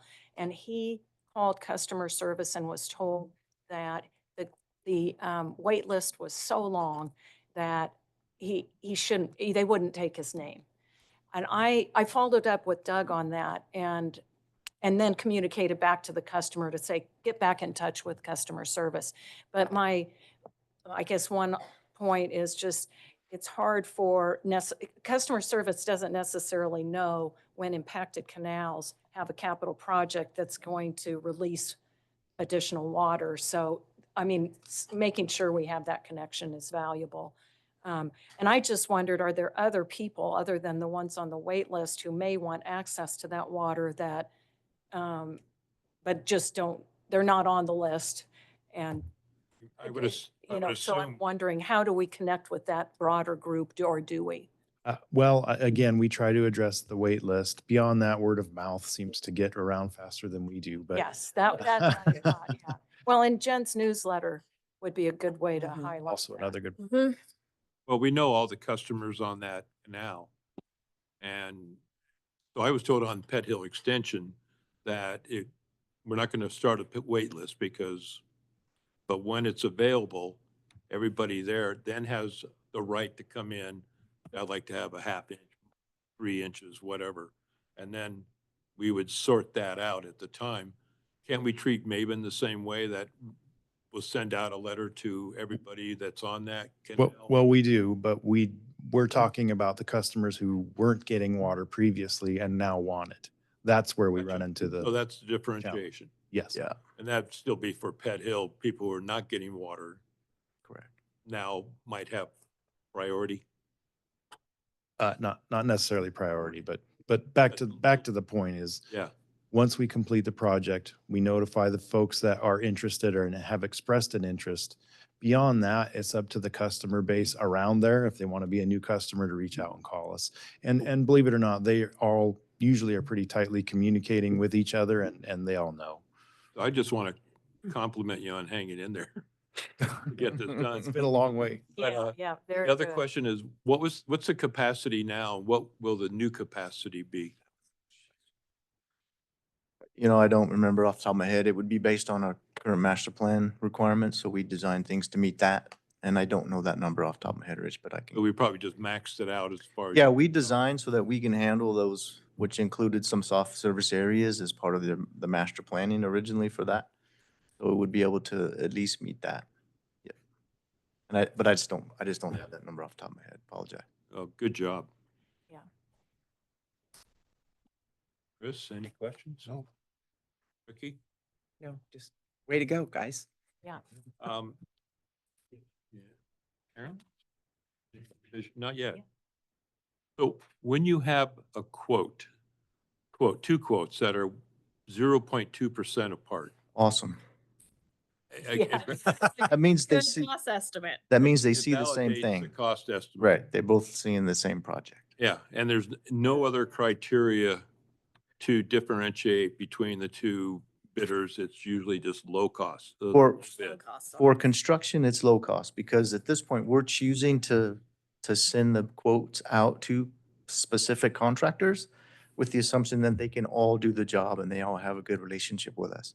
So in these kind of particular cases where there's not something that's very specialized, it's the individuals, the low bid is going to be the driver.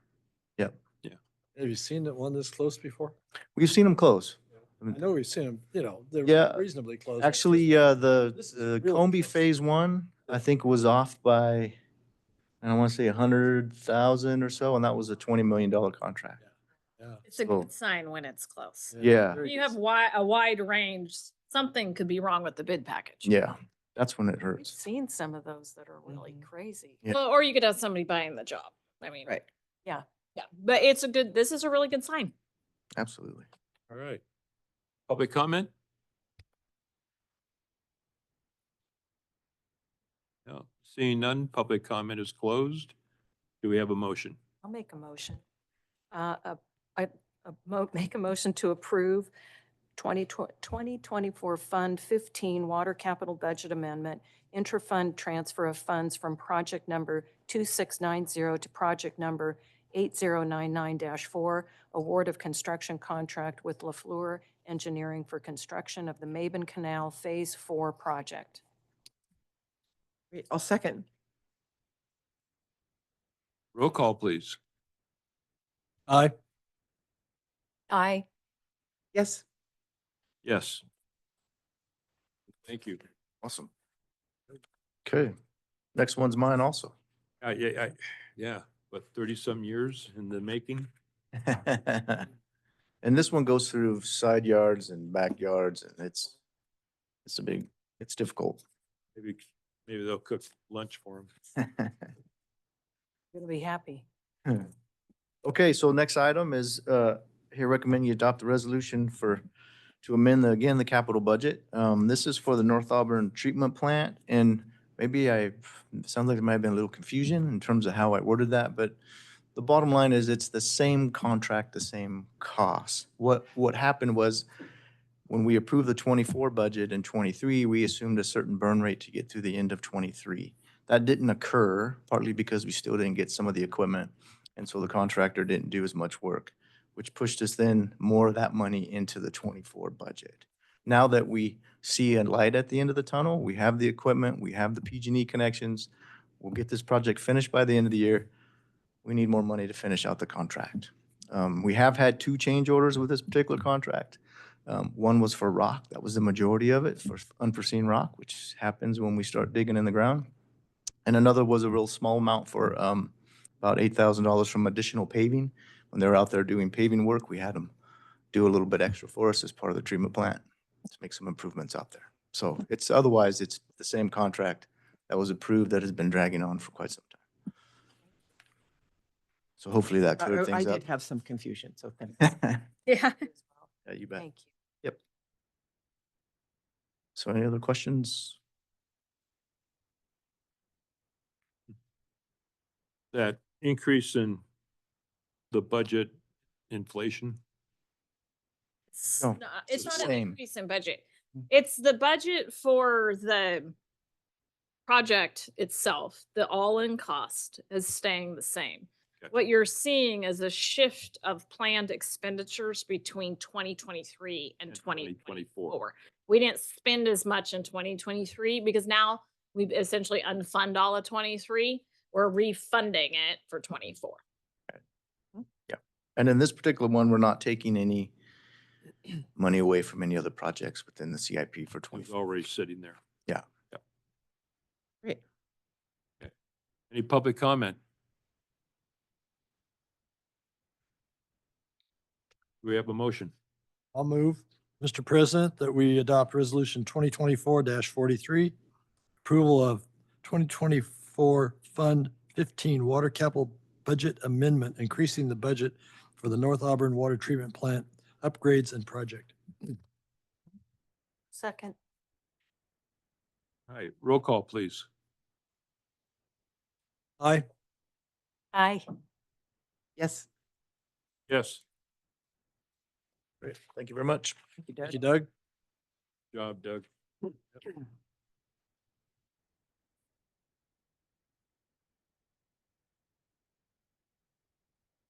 Okay, we're going to 5D, General Manager Employment Agreement Amendment. And it is amendment, not a new contract. Correct. The only terms that proposed being changed based off of the discussions that have occurred were salary and vacation. Excuse me. Bless you. So who's going to lead this off? Wow. Jennifer, I had a question on the vacation change. It says that the amendment also includes an increase in vacation accrual from 6.166 hours to 7.691 hours. I assume that's bi-monthly. Correct. That's by pay period. Yes, yes, okay. A little more than by month. Well, I have a comment. Am I overstepping you? Are you going to present this item? Since it's her contract. Since it's her It's her contract? contract. No, she Okay. doesn't get. Yeah, it is a little weird. We Well, get so to do the talking. first, I just want to say, gosh, I'm really wholly in support of the salary increase and the contract amendment, the whole package. For those listening, we have been at this or started this process well over a year ago, didn't we, Karen, when we were the ad hoc committee? I don't remember exactly, but I think it was last fall. Yeah, I think it was about a year. Anyway, so I'm absolutely in support. I am, though, concerned about the process. So when we get so far behind in salaries, and in this case, it's 2.5, maybe 3 years, it becomes difficult to stay competitive in the marketplace. And we saw this kind of play out about 3 years ago with the union contract and then the other folks. And so we had to play catch up, which then seems, oh my gosh, like these huge percentages, but had they been done with a regular process, it would not have appeared that way. So with that being said, I want to propose actually to my colleagues that we, first of all, reappoint the ad hoc committee of Karen and I to review these if possible. And then ask staff to work with the ad hoc committee to draft a policy and process to address all non-union salaries on a regular and timely basis. Or other I think non-union. it's Jennifer's. Is it the only Jennifer's? one Is the only who's a- one? who- Because we do. Well, I the- thought though that we had, some other question. management salaries that were We do. non-represented. Well, Only hire one person. Well, I think the challenge comes in with other salaries. So everybody else besides the general manager is on a stepped salary schedule. Oh, that's right. Right. That's right. So Because they we included get extra steps. every year, they annually get a merit raise if they have acceptable performance. Right. I've been here for 3.5 years and have not had a merit raise because Right. there is no steps. It's Right. just one Right. What salary. you were hired. It's just a difference. Some agencies step out the general manager's salary or the whatever city manager's salary. So that it's more, it's still being determined by the board, but there's just different schools of thought. Got it. Well, I guess that's, it doesn't, we just, I think, need a process so that we don't find ourselves getting behind like this, like we have. We That can. was my first thought is why don't we have a policy that just puts the general manager in the same process. You Well, would or at the still same want time. it to be up to the board in Yeah. Right, it'd be separate. to approve the. Right. Right. We need to oversight it. Yeah, I think that we would have to bring something back because this item didn't address a salary schedule. Right. So I'm in, I'm, It out, but so for example, remember with all staff, we added 6 steps to them, and Right. then with department heads, they have 7 steps. right. General managers has 1 step, so maybe that would be the future conversation. is Maybe. how that process would work, but you would still want to maintain control. Yes. However, with regular staff, it was written into their contract this year that they receive their merit increase, and only don't receive it if they've had essentially an unsatisfactory evaluation prior to their anniversary date.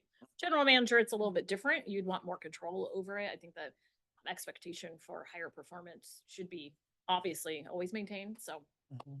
it would be something you would have to talk through. Right. So again, I am not asking or suggesting that we postpone anything. I'm just saying I want to support this as it is, and I want us to look at a process to go forward at another time. Maybe in the first quarter of next year or second quarter or something, so that we don't get behind. That's my concern. And then lastly, I just make a quick comment that if folks look at these salary comparisons, it's really important to see that our general manager is the lowest paid among all of the general managers in our region. And that's not acceptable to me, because should our current general manager choose to leave, I'm here to tell you, we would be paying up hugely to be competitive, to bring someone of your quality in here. We would be paying something akin to some of these higher salaries, I believe. So you're saying there's a small pool of people who could do this job? No, well, I think that played out for us when we hired Jennifer. There was not a great pool, but more importantly, Well, there's one. Well, there was one, yeah. Don't discount Wait a it. second. no. Well, I mean, You want a yeah. Small pool, Jim. Well, my point is though, is that should circumstances Jennifer decide to leave for whatever reason, and we needed to replace the general manager, we would likely, in order to be competitive, be paying up significantly more than her 10% that she's asking. And the other point is They're that here. Jennifer has not had a pay raise in Right. 3.5 years, although this is retroactive to January 1st, Mhm. 2024. And if you had a step up as equivalent to other employees in Right. Nevada County, you'd be actually a little more than the proposed 10% increase now. Yeah, quite a bit more. Yeah. Yeah, because it would have been compounded. Right. So, yeah, so, comments? I agree with everything that's been said. I think, Jennifer, you've done an exceptional job, and that given your performance and the challenges that you've undertaken and the quality and effectiveness of your work, that 10% that's proposed is the minimum that should be occurring right now. And I concur totally with Ricky that we can't let this happen again, it's not fair to you. Right. And absolutely, if you leave, we're going to be SOL, we're going to be paying up at the top, and it's going to be that then, and that's not right. My other part of the management write-up says that that the analysis does not include, it only looked at really salary. And so to me, we should really be looking at total compensation, because we know that some of these general managers are getting bonuses, they're getting other perks that you aren't currently receiving. I think we just need to understand what our directors or general managers at water districts in our region totally earning, and how does that compare to what our salary program is for you? I think that's an Right. important thing to Right. understand. Whether we take action on it is not the issue. It's that we understand where we are in the market for your position. Mhm.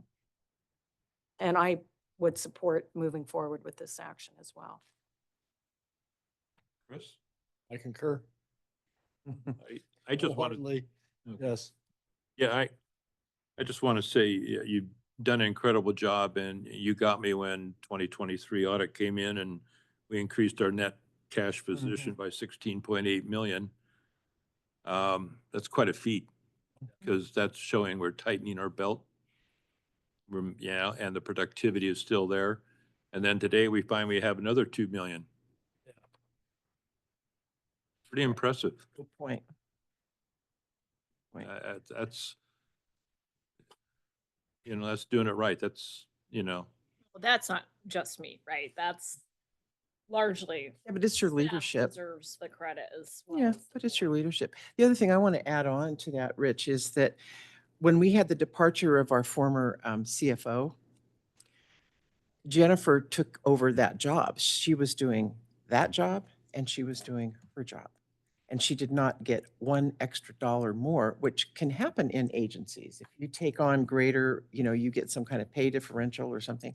And none of that happened for you, Jen. And, no one more than this board understands what kind of contribution you have made here and the difference you've made here. And how our finances are, oh my gosh, worlds apart from where they were when you walked through the door the first time in that June. So I'm just so grateful to you. And I also think that the amount of 10% is not adequate. And I know, and you think it's just fine. So I'm not going to argue with you. no, But you Are you don't going to make argue. a motion, Ricky? No, I'm not. So with that, I would move to approve the employment agreement between NID, the employment agreement amendment between NID and Jennifer Hansen. I'll second that. All right, public comment. Why am I not surprised? The other elephant in the room is the added workload that she's had to take on with the whole deal with PG&E. That was, That's right. that's another amazing, They should reimburse us. they They should. we should bill them. Yes. But I mean, that's just another part of your job description that wasn't originally part of it that you've had to take care of this past year. So I think you're doing a great job from my observation. Thank you. Thank you. Mhm. Any more public comment?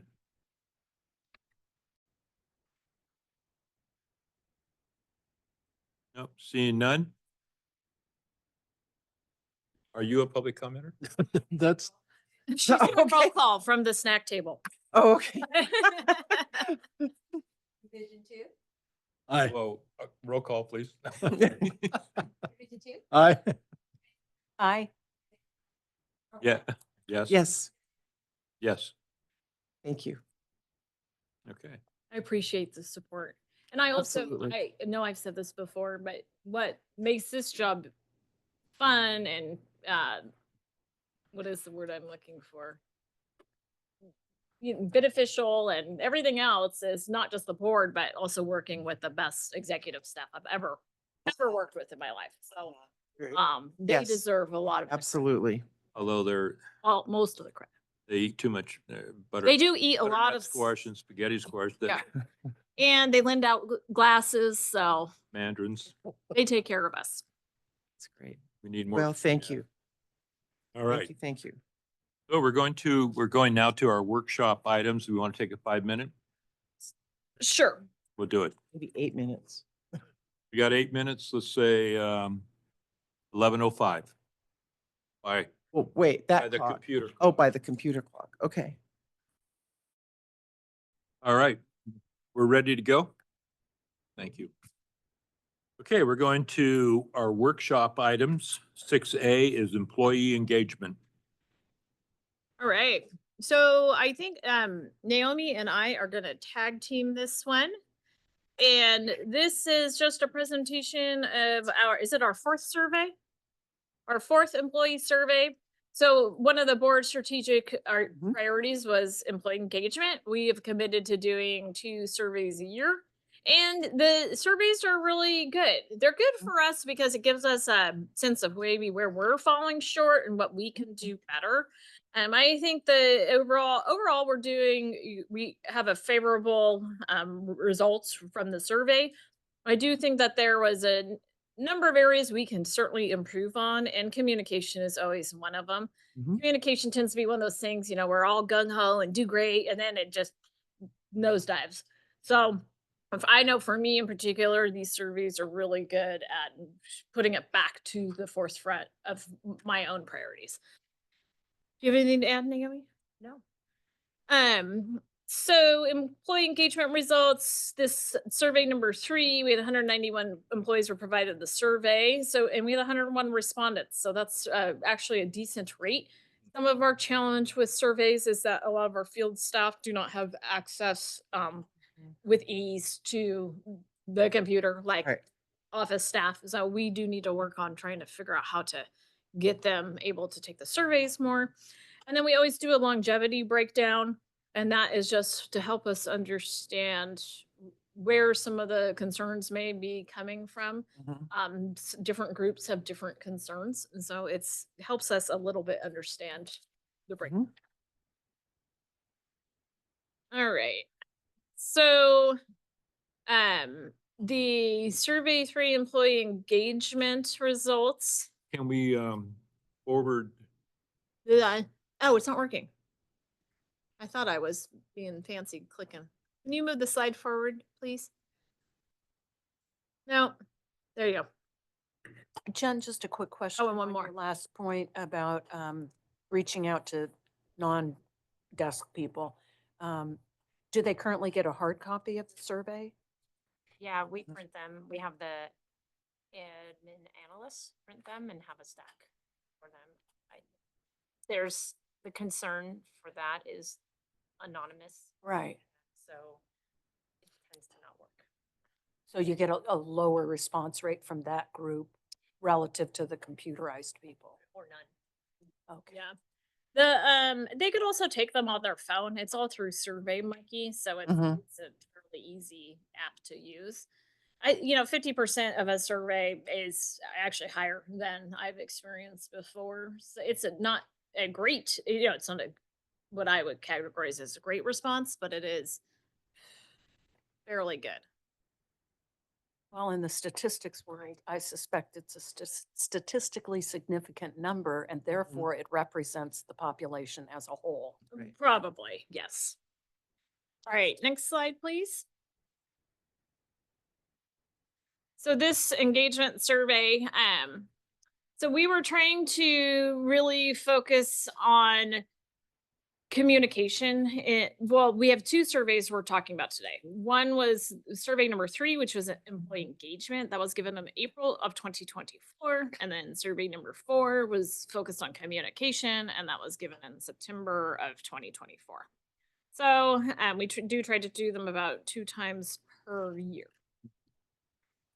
So for the, excuse me, the employee engagement results. So there are, we break down the categories as it relates to strongly agree. What's the middle one? I don't remember the status. And then it's disagree, strongly disagree, basically. So we kind of group them into the agreement categories or the disagreement categories. So 86 of employees agreed that they have an opportunity to either develop at my job or prepare for a promotion. This one tees into another one of our initiatives right now, and that's with succession planning. Right. And so Naomi has been doing an excellent job of working on a succession planning program, which also includes doing job description updates as well, and then finding pathways for folks to promote. We tie that into our leadership initiatives and our programs. Our leadership initiatives, Naomi has started a new program, which we refer to as treats and training. It's one time per month. And each department head or other interested individual puts on a 1-hour leadership course or conversation. And those are intended to touch on a variety of different topics, whether it's communication or generational differences or conflict in the workplace. And we do those once a month, and those are open to any staff that would like to attend. And the purpose is to provide people leadership support and education and background. Oftentimes that's something that people don't focus on, and it's really important for succession planning because the future leaders of the district are already here. Right. And so we want to invest in them. And then additionally, 2 times per year, we are putting on larger leadership events. And those are with the leadership implementation team, and that as well as interested leaders that have come up and wanted to participate. And those are more of all-day events. And we typically bring in a speaker and focus on a larger topic and focus on it in a manner which it can be put into practice.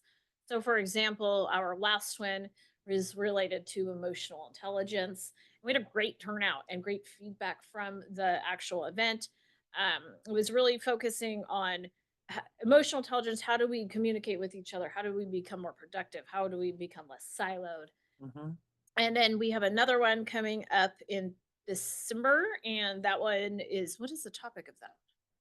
Leadership in general. Yeah, it's a more of a leadership in general. We're also bringing in another speaker. But the great thing about these events is we bring in not just current, department heads, superintendents, supervisors, kind of managers, but also those folks we've identified as future leaders.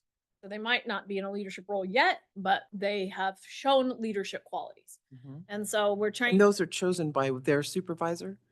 Yeah, a variety of different ways. One thing that we do, we've only been doing annually. We've had a request to do it twice per year. Is we do an all employee event, and we do some type of training aspect, team building aspect as well to it, and that's separate from the other events I talked about. And a lot of times the team building event focuses on some type of kind of game kind of situation, something competitive. And a lot of times from those situations too, natural born leaders pop up very quickly. And so some of the folks that are invited to the larger leadership training that is completed 2 times per year are folks we've identified through things like that, or department heads have identified, or people we have noticed exhibit those type of qualities that would make them a good future leader. So we try to kind of meld all these things together, even though it sounds messy the way we do it. Do people self-identify? Yeah, there's been a couple who self-identify. They're interested they're interested in career growth, or they want to know more about the district, or they want to have stronger relationships with folks in other departments. It's kind of all of the above. It's not it's not a closed group by any Right. means. It's more of we want the folks there that are going to get the most out of it. And then, hopefully they are longtime employees that the district will then reap the benefits from. It's some of the best long-term employees and leaders of any kind of entity are those grown from. Yeah. So 97% were in agreement categories for knowing what was expected of them. 97% agreement categories. Employee puts in more effort than required. And this is a huge one I've seen at this district. One of my big mottos is you want employees that do what needs to be done as opposed to those that only do what they're told, because that is how a good functioning organization works. And that is how we provide the greatest benefit to our ratepayers. So that is really great to see. 90% feel secure in bringing issues to my supervisor. So, 90% isn't bad, but that's a definitely area for improvement, right? And there's all kinds of reasons people are afraid to bring things to their supervisors, and so each and every one of us could always work on that. So So that's one method of getting it back to us. But could there be another method where somebody could do it anonymously? yeah, we could. I have done that before. Talk I about put the survey. yeah. The 90%. No, having big employees being able to bring forth issues. So first of all, each and every employee is 100% protected by whistleblower actions. So if there was ever any kind of whistleblower type concern, absolutely they can bring it anonymously through to me, to Dustin, to Naomi, to the board. and a whistleblower pertains to something essentially illegal. Mhm. Outside of that, could we have some type of anonymous? We could. I've done it before, and nobody really. I did it in Lincoln. Nobody really participated in it. I got some funny people who put in magazine cutout letters, but Well, we need material for the quarterly newsletter. right, right. We'll talk. We'll kick that around and see if maybe that's of interest. Supervisor appreciates value my work, 92%. This is one area we're starting to work on. Naomi's leading a team with several other folks that they're looking. We're going to be bringing forth a employee recognition program. Right now, we currently recognize employees related to their anniversary date. We don't really kind of have a standard program by which we recognize employees for their outstanding contribution over the year. So Naomi's been working on putting that together. So we'll hear more about that soon. Real excited about that. Yeah. Proud to work at NID, 91%. You know, that gets increased if we work on those other items, right? Right. So that's a good measure though. We'd like to get that one up. And then rarely thinking about working at other entity, only 78%. I'd like to see that higher, but that's not at all surprising. You know, a lot of folks, and I support people in always bettering their career for themselves and their families. So I don't really have total issue with that. Probably a little bit low, but that's another one that would likely increase if we focus on the other items. Mhm. And then understand NID's purpose in the community and believe in it.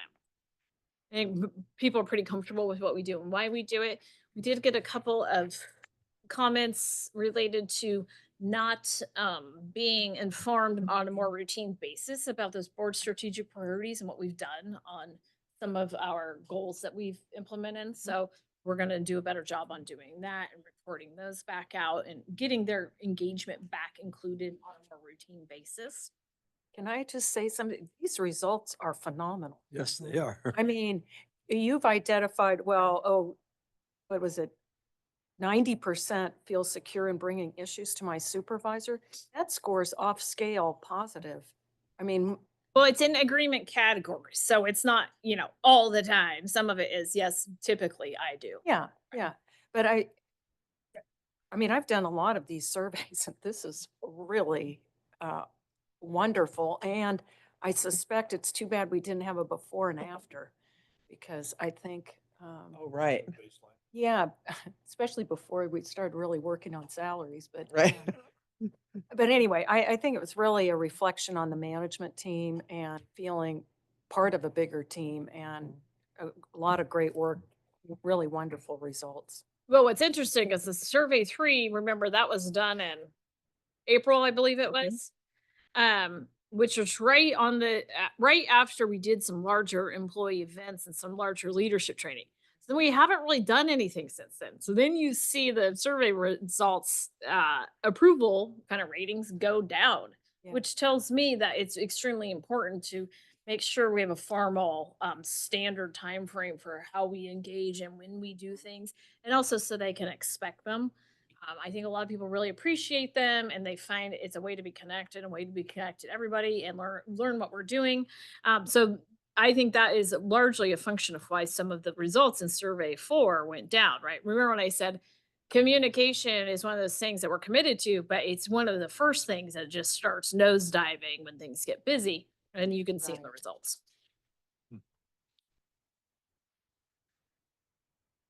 All right, so Sounds like we need an employee appreciation night at a brewery. yeah. We are having a our second annual chili and team building cook-off coming up, Nice. November 20th. Perfect. Not open to the public. I probably shouldn't have said that out loud. What, November 9th, 20th. 20th? And it's a chili cook-off? Yeah, it's a big competition. Fun. You want to add spaghetti squash to that? Naomi will do a vegetarian chili with her spaghetti squash that you give her. Okay, my supervisor values my opinion by giving me a voice and asking for feedback. So I did 9% agreement. I am provided adequate feedback about my work performance, 77%. my opinions count at work, 76%. A lot of times one of the comments we hear is, well, why say anything? They don't care anyways. So, that's a area to focus on, right? So we get these surveys and then we start having conversations and then start demonstrating how we're trying to address these issues. I mean, like I had said earlier, this was a big one. Leaders communicate NID strategies and goals.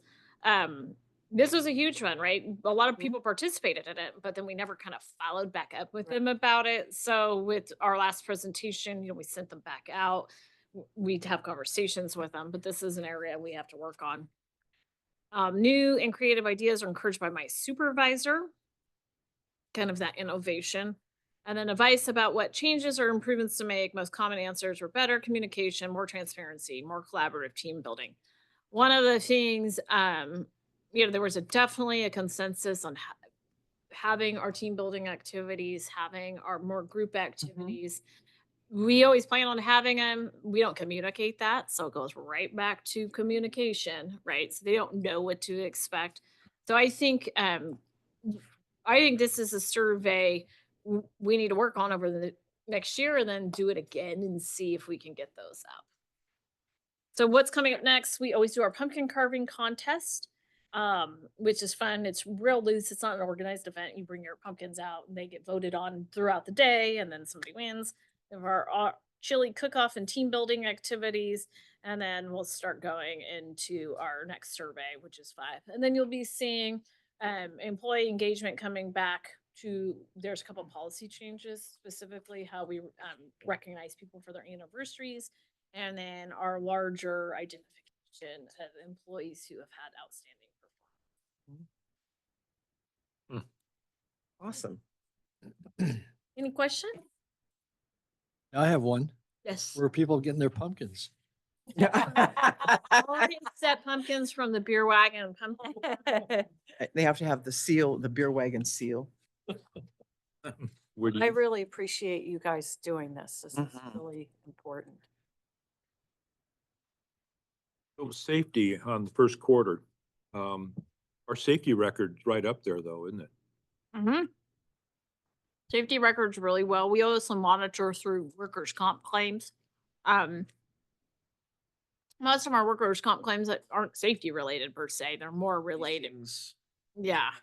What? Tick bites, bee stings. Feces, yeah. But we bees. do have occasional, back, somebody's lifted something wrong, somebody's twisted an ankle getting out of a truck or, off of an angle. But we do pretty good and we've got a pretty robust program where we address all sorts of little safety issues all the time. And usually our worker comp claims are valid. Yeah. It's an awkward question. Well, See, that's true. there's a whole process for workers' comp claims that kind of goes, it gets filed and then it goes through this outside adjuster process. It takes a life of its own. It's Yeah, a whole animal. Yeah. Okay. So I have a comment or question about the communication portion. I've been accused in the past of my place of business that I didn't communicate enough, and I thought I was communicating over the top.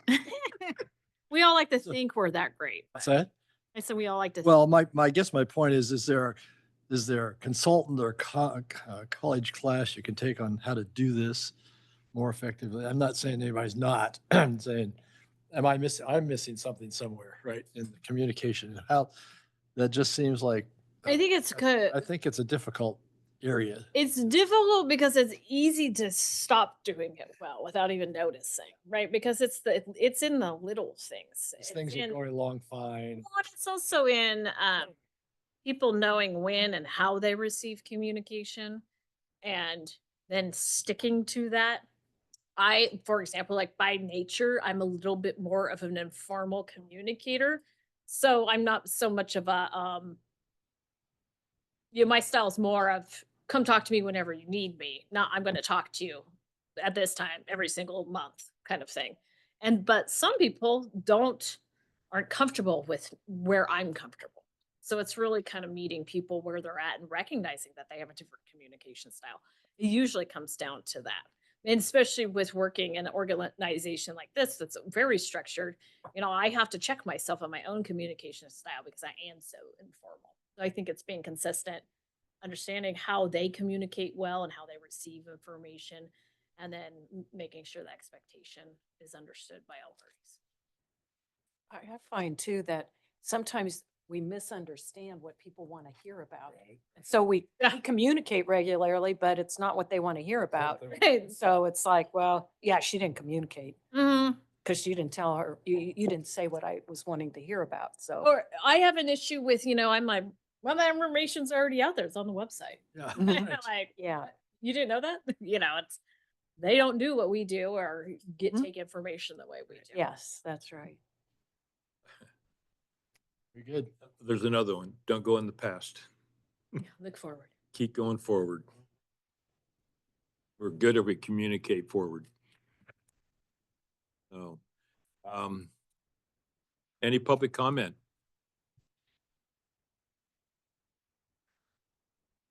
Board directors' comments? Well, all right, we wait for the next one. Thank you. And now we have Aurora. Chip, are you going to join? No. Okay. This is our conservation projects for 2024.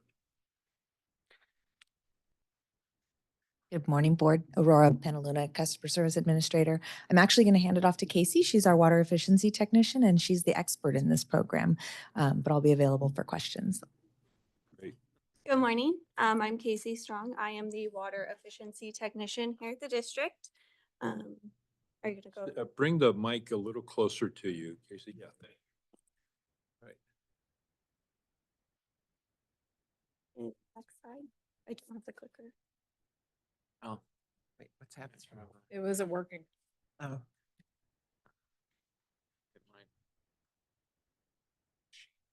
The machine. So we did do a conservation update last year, but we were just coming back here to kind of inform you, give you an update. Who are we? I am the only customer service technician here at the district. I am a part of the customer service team though, so I work very closely with Aurora and then as well as our customer service representatives and then our customer service technicians. They do a lot of the field work. If customers call in, our customer service technicians do a lot of that groundwork for me while I am here in the office with customer calls and other things like that. Our permanent water use restrictions, these are restrictions that are in our rules and regulations. These ones don't change unless the board does that. This year we did add additional water restrictions due to the emergency shortage, and that is just limiting our watering to 3 days per week. We use these restrictions as an educational tool to customers so people can report water use in our district. That comes to me. We then go out and we educate our customers on our restrictions, what we expect of them, and try and take more of an educational base to get their water consumption down rather than using these restrictions with fines. For the emergency water shortage, we worked with our communications team on notifications. So our raw water customers, they did get notifications in March regarding the emergency water shortage and asking for conservation. We put a note on our treated water bills for our treated water customers, letting them know that we're looking for conservation from them as well. And then our treated water customers received a bill insert. And then the front office has all of our current water restrictions that we are asking for our customers, and as well as tips on how they can save water and tips and tricks around their properties. So I know that we have talked about our Badger meter cellular project before, but I just wanted to give you an update. Currently, we are at 14,000 meters installed. Since we did the update last March, we've installed 2,000 or upgraded 2,000 meters. We still are just doing this based on replacement when a component fails. We don't have the manpower nor the inventory to do a mass replacement where we have crews dedicated to it. We don't install meters based on request from customers. We do just do it based on when components fail. This helps us in our reading the meters monthly. When we're constantly replacing those meters that aren't reading in, it helps our technicians be able to read more efficiently. Does the Badger meter also help detect excessive water use then? Yeah, Okay. We'll get to that on our lead Okay. section. Okay. I want to compliment you. Oh, go ahead, Justin. No, I'll follow you. Okay. In Lake Wildwood, there was a customer on a standard meter and he had a leak. And there was so you're actually in that area and were able to replace his meter to a smart meter. And the damage he had already fixed in his house when that smart meter found another leak in the house and saved him thousands of dollars. So I just wanted to say that these things work and thank you. My question relates to the boxes. Is there a standard specification the district uses? Because it looks like the one on the left is maybe steel, the one on the right is, I don't know, either plastic or concrete. So the box itself is the same. The lid did change. So when the meters were originally installed, they were installed with a metal or a steel lid. That has since been upgraded to a traffic rated lid that actually allows the cellular signal to travel through the lid better. We were finding that with the metal lids, the cellular signal wasn't getting from the base of the endpoint to the cell towers, and which would result in a lot of no reads where our technicians would have to go out and hand read the meters anyways. So the district did change the lids to a traffic rated lid that is, I'm not sure of the material itself, but it allows that cell signal to transfer through. Fire resistant, that's kind of the reason for my question. Yeah, a lot of the issues with VOC contamination following a fire is suspected to originate from meters, plastic meters. Really? Boxes. Wow. Oh, that's interesting. Say that again. The boxes were changed to concrete.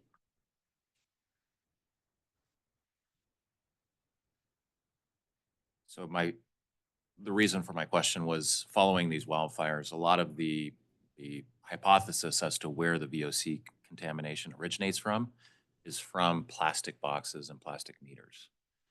And so, I was looking at that and it looks like a steel fire retardant type material, which is a good thing.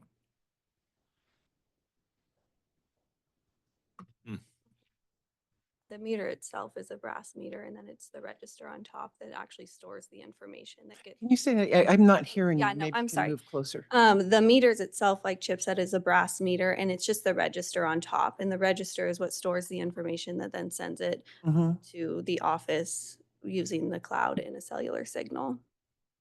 Thank you. Brad, that's a workshop.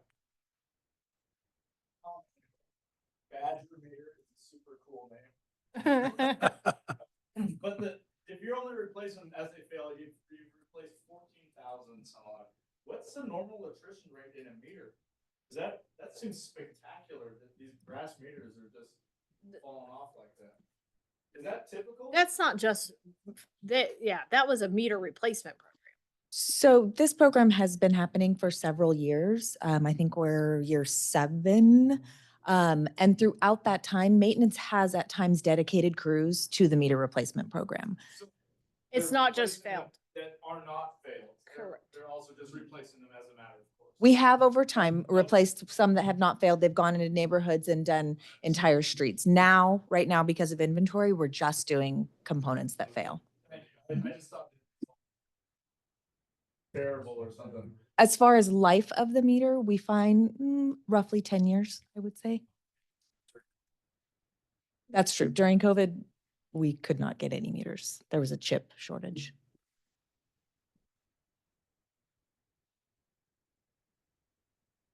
So the Badger meter, it is read, we read all of our meters in cubic feet. and we bill the customers by 100 cubic foot. So this is the face of what the customer would see if they were to go out and look at their meter.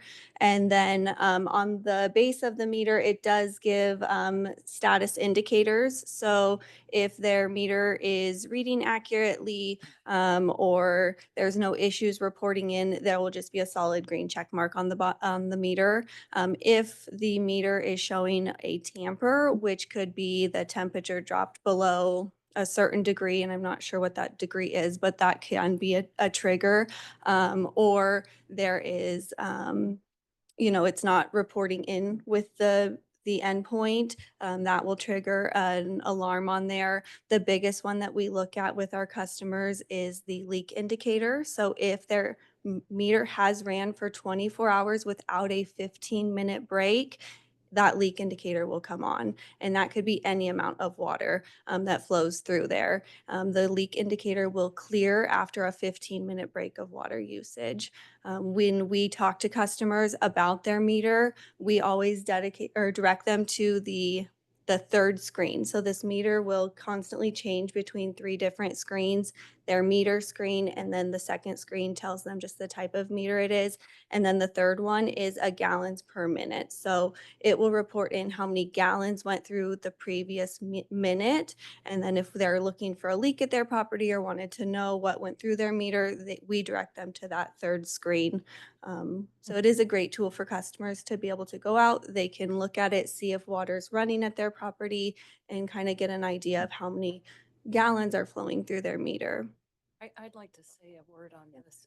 I was at the Lake of the Pines, and multiple people commented to me on their appreciation for this smart meter.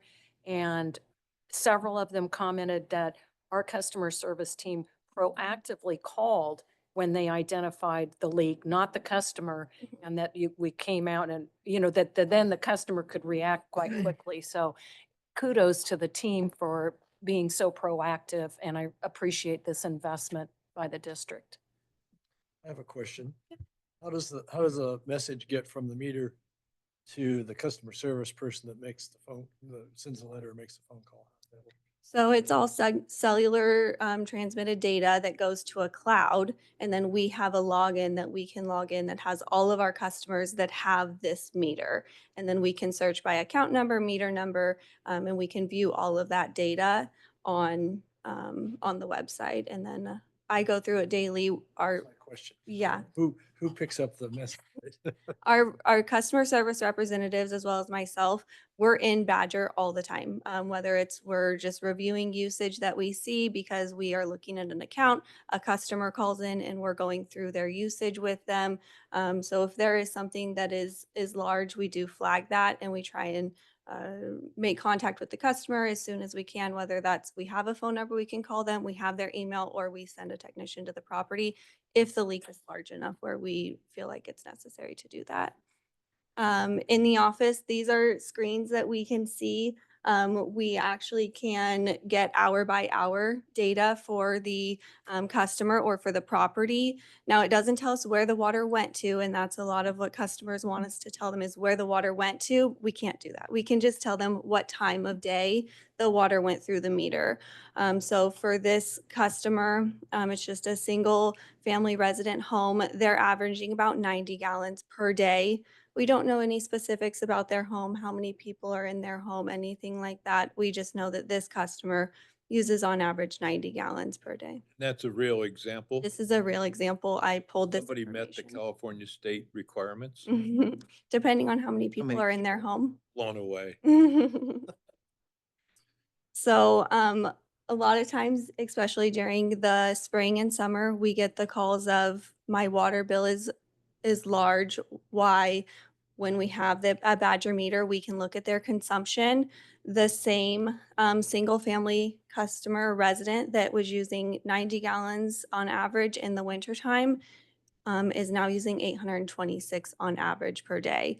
As you can see, that's their monthly usage there for the month of July. It's not every day they're using that, based on just looking at their usage between 6 and 8 in the morning, 3 days per week. They're using 800 gallons during that time period. We would equate that with their irrigation because it is very regular. Most likely they're on a timer setting. So we would just recommend to the customer, this customer is on the 3 days per week. So we wouldn't, we may ask them or recommend that they lower the amount of time that they're watering based on how their plants respond to that. But we can see the difference and actually show the customers, you were using 90 gallons per day and now you're averaging over 800 gallons per day. So it's a great tool that we can use with customers. We can also track previous usage. So when a customer does call in, this customer, the same customer that used the 90 gallons per day in 2021, they were averaging 1,300 gallons per day of water. So when we then look at their consumption report, we can go back through and see the water savings that they have made over the last few years by just reducing their days per week or their times per day. So this customer has seen a 55% decrease in their summer water consumption since 2021. When a customer has a Badger meter, they have access to Ion Water, which is the customer-based portal where they can go in and see their daily usage. We just have a soft rollout of this. We don't advertise that it's available because not all of our customers have a Badger meter. And so we do get customers who their neighbor has a Badger meter, they have Ion Water, they get the app and then they call in and they can't register because they don't have the meter. So if a customer calls in or if we're at their property, they're in the office, we see they have a Badger meter, we will offer them to email them a link where they can log in and create an account to view their usage. The customer can set up leak alerts. That's the biggest thing with this for the customer is they can set up their own leak alert, which will email them a notice that they have used a continuous flow of water for more than 24 hours without that 15-minute break. The customer can set that to whatever threshold they want it to. So if they want to be notified that their meter ran for a half a gallon per hour for 24 hours, or if they don't want it until it's 10 gallons, they have that option to set that threshold. Customers that are in areas with lack of cell service, we do have some of those in the area where an endpoint cannot communicate with the cell signal daily, they have a mobile endpoint installed. So we still do have to physically drive by and their endpoint will report into our truck and that's how we get their readings. Similar to a census, a drive-by system. So those customers, they can have access to Ion Water. We don't promote it to them because they're not going to get that daily usage or that daily consumption that they're wanting. They're only going to get their usage when we read their meter on a monthly basis. Our technicians, we do try and put in a cellular-based endpoint to start when a meter is installed.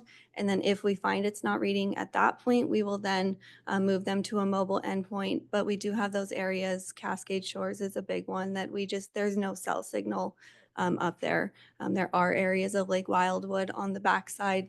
There's no cell signal. So most of those customers just get a mobile endpoint. When we identify leaks with customers, this is the customer card that we see here in the office, and it will give us a flag that states their leak detection and how much it is approximately leaking per hour, and then the date approximately that it started. If let's say they left a hose on and then they turn their hose off and then they turn their hose back on, it's going to notify them of the new date that hose that was left on, not go back to the original date that they left the hose on because there was that break of that continuous flow, that 15-minute break. Right now, we do have a large amount of leaks. We see the leaks go up in the summertime based on people having leaks in their irrigation system. Their drip heads don't close all the way. Their sprinklers are left on. So we do see that number increase in the spring and summer. The leaks right now range from 1 gallon per hour to over 1,000 gallons per hour.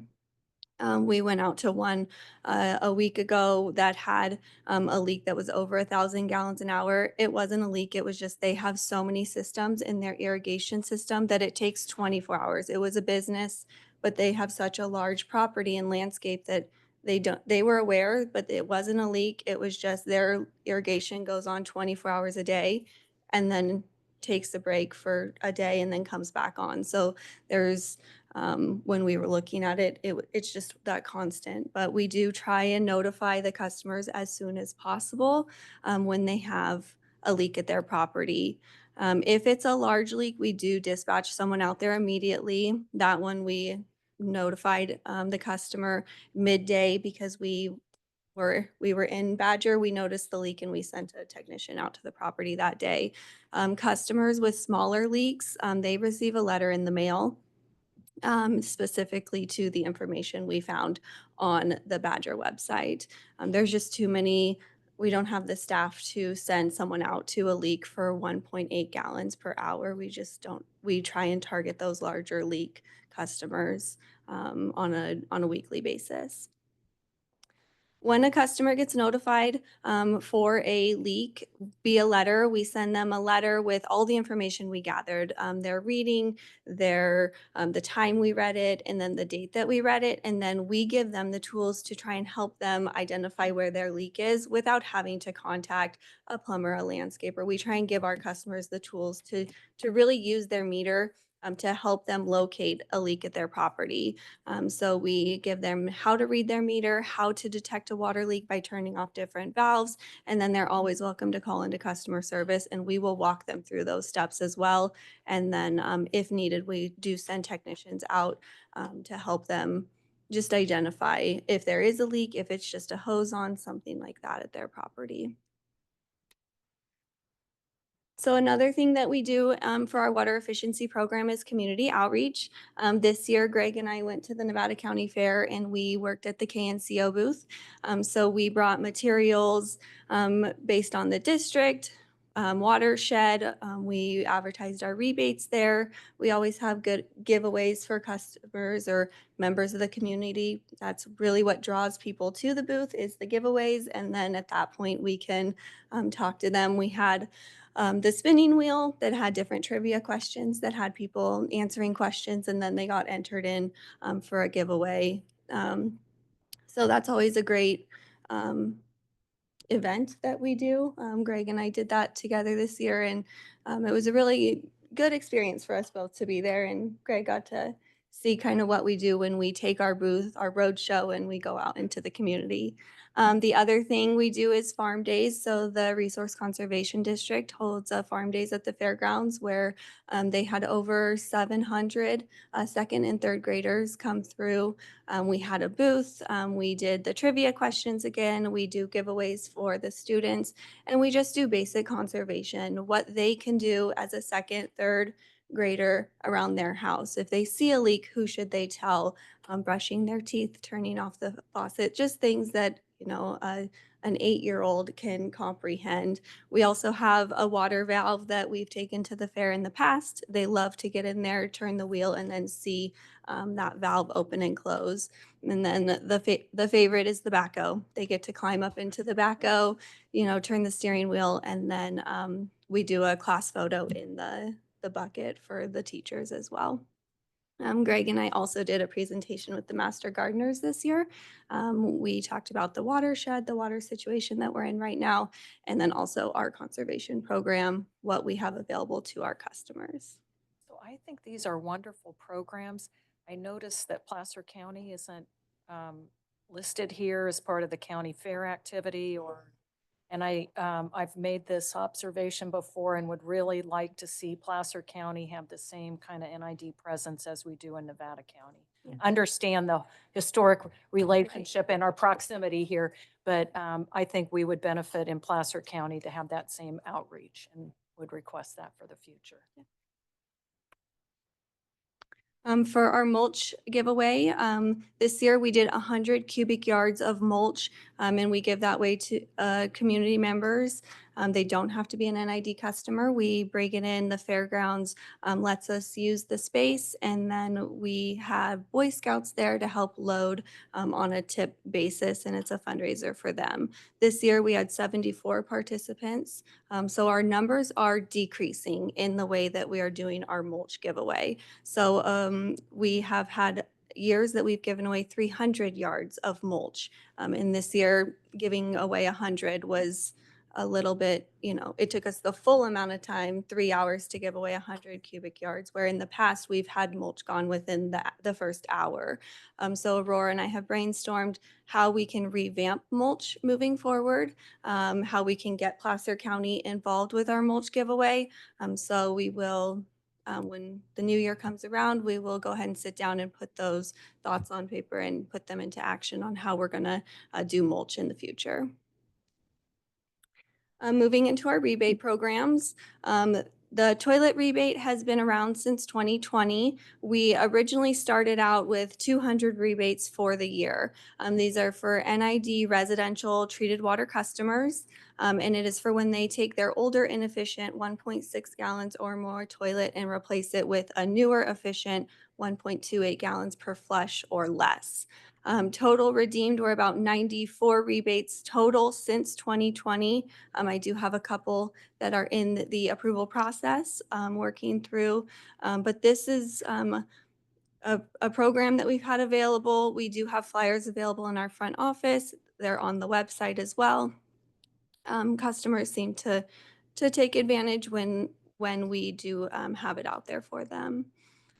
The one that we Can I stop just for a second? So on the toilet rebate, Mhm. is our rebate simply for the toilet, or is there anything that covers the plumber who has to go in and do it? Just the toilet. So if they purchase a $200 toilet, we will only rebate $100 of that. If they purchase a $75 toilet, we will only rebate $75 of that. It is just for the purchase of that toilet, but we do verify that they have installed it. We do before and after photos Mhm. or a plumber's receipt, something that we have to verify that they actually did install that toilet at the property. So oftentimes the cost of the plumber to come and install it Yeah. exceeds the cost of the toilet. All the time, yeah. I know. So I'm just thinking, I wonder if there's a way in which, Can't be everything. I know we can't be everything, but if we want to incentivize people to do it, I mean, a lot of people, they do actually install a more expensive toilet and they pay for the plumber, the $100.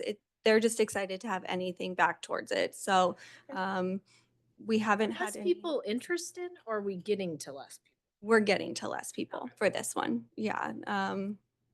In the first year, it was great. And then every year since then, it has slowly decreased, which is why we did last year come up with a couple other rebates that are available to try and pique some more interest. So one of them was the raw water storage tank rebate that we had available to customers. They have an option of a 3-tiered rebate. So if they wanted to do just a small tank, we'll rebate $150. There's a mid-range tank and then the larger tanks. Most customers that we've done do just do the larger tank. It's a very simple rebate for them. They purchase it, install it. We do come out, we take photos of the installation. They do have to be a raw water customer. And then so far to date, we've had 5. It's actually 6 because we just approved one yesterday. So Casey, Yeah. so a neighbor put in 2 tanks. Yeah.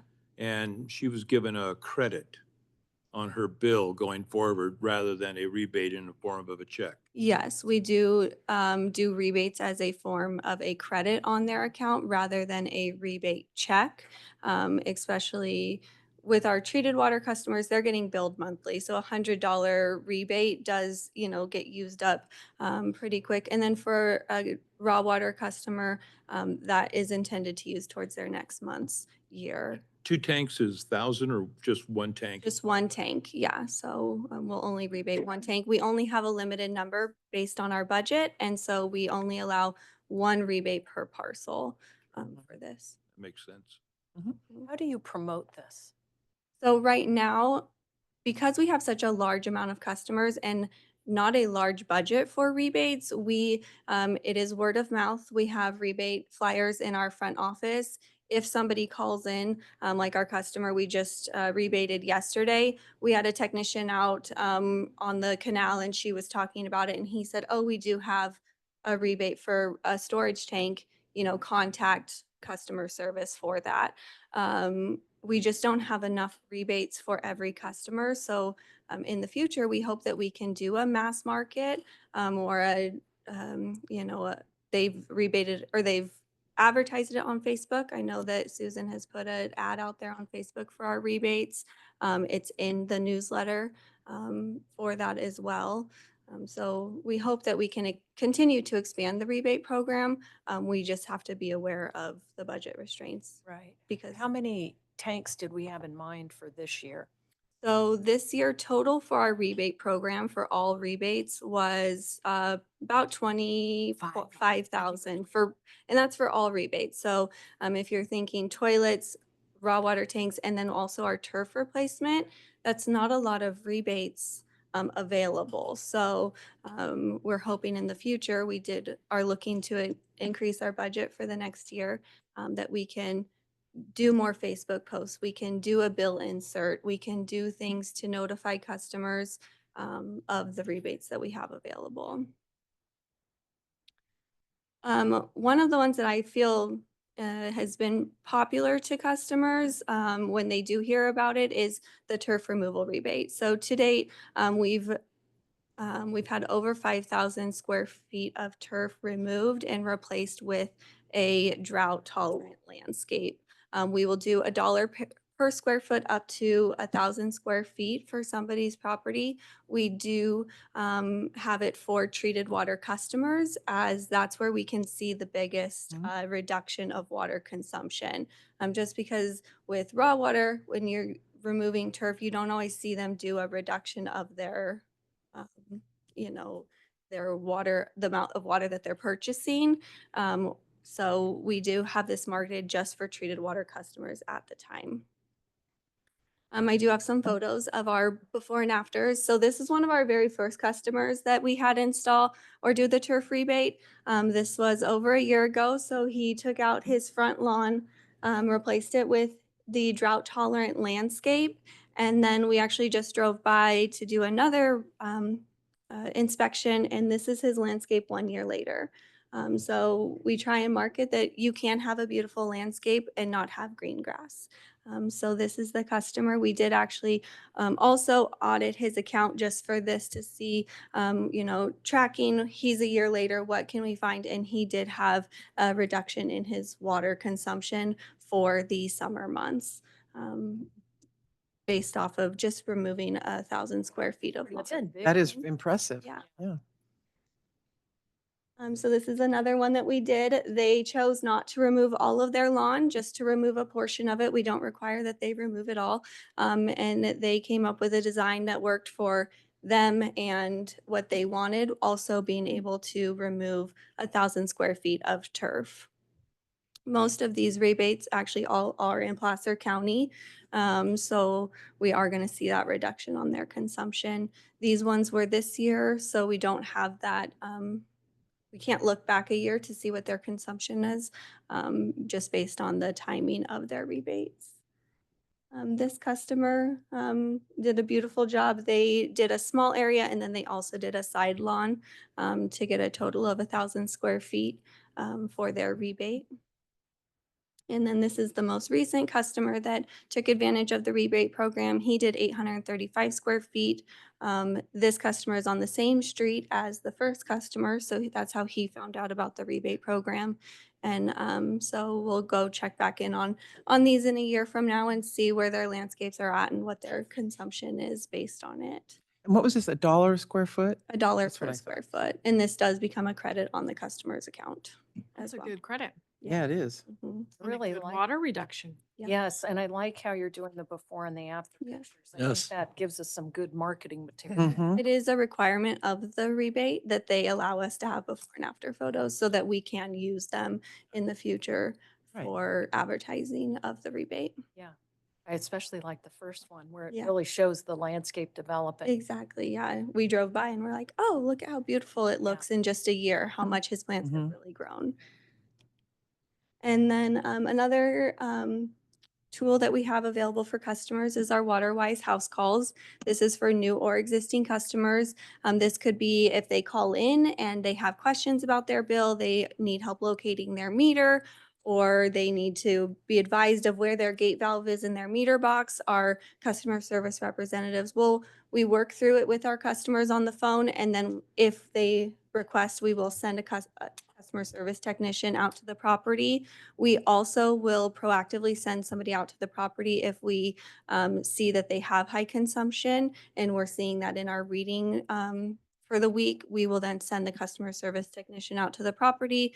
If there is a leak, they will help the customer as much as they can. We can't do anything on the private side of the customer's private pipes, but we will show them where their meter is, show them how to use the valves as a tool along with their meter, mark the meter. If they're not home, we'll mark and stake the meter as well as leave a door tag for them. We notice something at your property, call us if you have questions or take a look if needed. And then finally, a big part of water conservation is the state reporting aspect of it. We do a monthly report to the state, and that is just gathering our water that we brought into the systems and the water that we have supplied. So I work with SHAD and water treatment, and we get these reports to the state monthly. Annually, we have to do 6 different water audits, one on each of our treated water systems. This analyzes how much water we imported into the system, how much water our customers use, what our billed consumption is, how much water we exported. So even though we're all one system, Loma Rica, E. George, we have to look at that as 2 separate systems, what we imported from Loma Rica to E. George or vice versa. So those are all tracking numbers that we do have to track and report to the state annually. These audits do have to be validated yearly. So we have a contract with Kavanaugh and Associates, and they come in, they do our audits. We have an audit meeting with them, go over our data, what we can look at improving our numbers for the next year. And then they send us the data and we submit it on an annual basis. And our validations is tomorrow for our this year's audits. So we'll be meeting with Kavanaugh tomorrow on that. Legislation does change regularly, so we are gearing up for any legislation that the state is starting to come down with. So water conservation and my role will start to really heavily focus on the legislation part of it, and then also with the help of the customer service representatives, help customers with their leaks and things like that. So with that, is there any questions? I have one. So because this summer my family, 2 of my family members irrigate a lot of acres of grass. One certainly is acres. And the other one discovered by doing the rotation that she was keeping her grass as green as she likes it with less water. Is there any information or research that we could convey to customers? Because grass is a big one.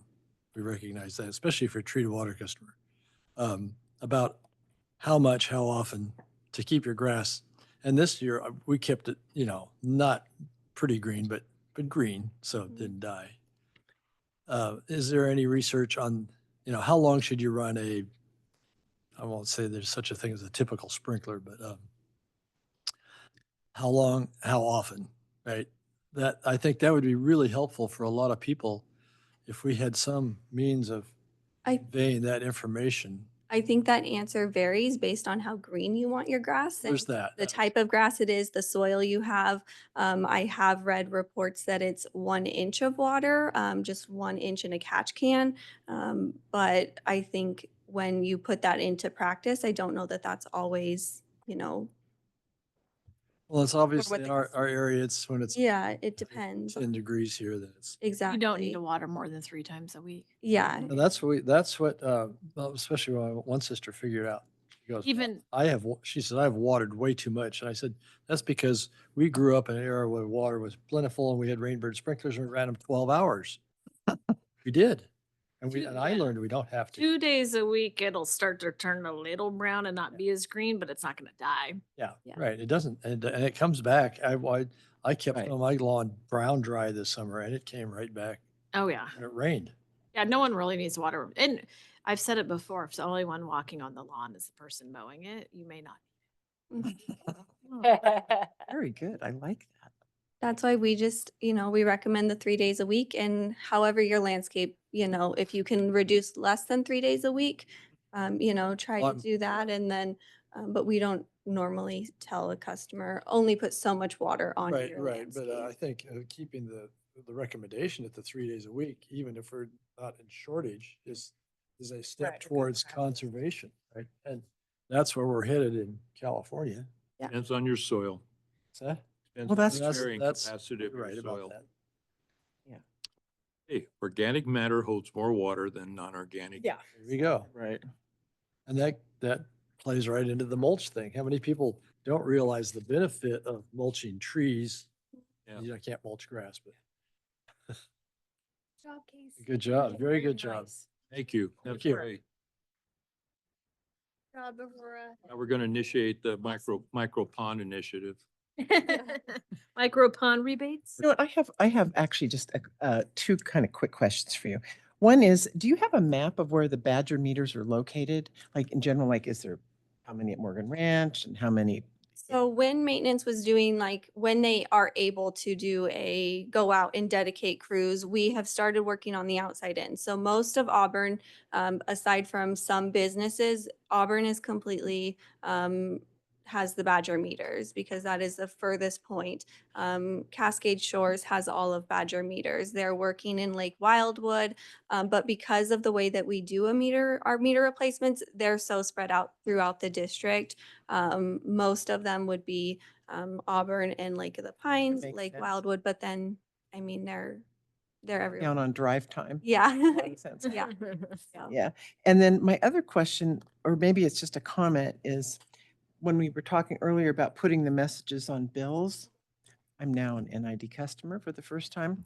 And so I looked at my bills the last couple of times, and the little conservation about where an emergency was about in like 6-point type. Hi, Aurora. And I thought, is there any way to make it bold, larger, and maybe in a color? Because I'm now in this neighborhood and people are going, well, there's not a problem, is there?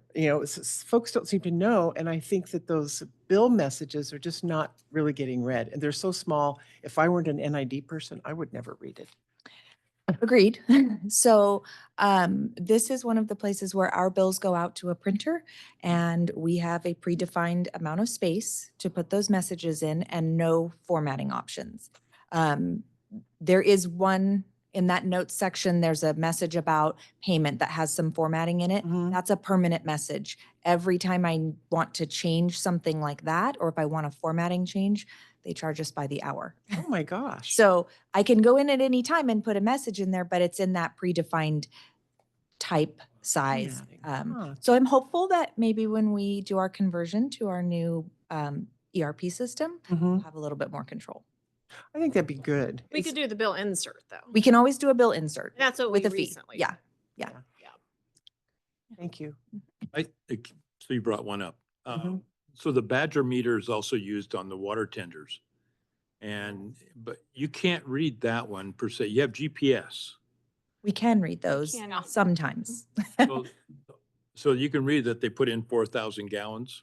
So the Badger meters that we use for our tank water customers do have an endpoint attached. We find that they don't always communicate well. And I don't know if that's because those customers are going into areas that don't have good service. We haven't figured that out because we've only had those in use for about 2 years. When they work great. And that is one of the functions that Casey does. She goes through monthly and looks at their usage so that, let's say they accidentally hook their meter up backwards, we can account for that usage. Accidentally. Felt like driving backwards. Kind of, yeah. You can, because that was the old way of reversing and putting them backwards and no one knew. Yeah, and we can see all that. And so we go through and we add it back in to their monthly bill. And when you catch somebody Jail. putting them. I know. We'll send Rich Well, out. no, I mean, pick them up. when you catch somebody, no Badger meter next year for them? Well, that would just mean that they may just take the water without a meter. So we prefer that they have a meter. But so there's a posse out there looking, so if they don't see a meter on somebody, they're. Give them a phoning very it in. stern warning. Just a warning. Yeah, I mean, unfortunately, that's the nature of construction water. It's hard to monitor. We've limited the number of hydrants that they can draft from. Yeah. We do try to go out. Oftentimes they get reported though, and by the time we get there, they're gone. And We if, can ban them and find them if needed. I mean, we had a case earlier this year, couldn't get there fast enough. No license plates, no meter. You need a siren? Lights. No, I need authorization for Todd to pull his weapon. No, but it's getting bad. I mean, it's not as bad as it was 4 years ago or 3 years ago. It's a lot nicer.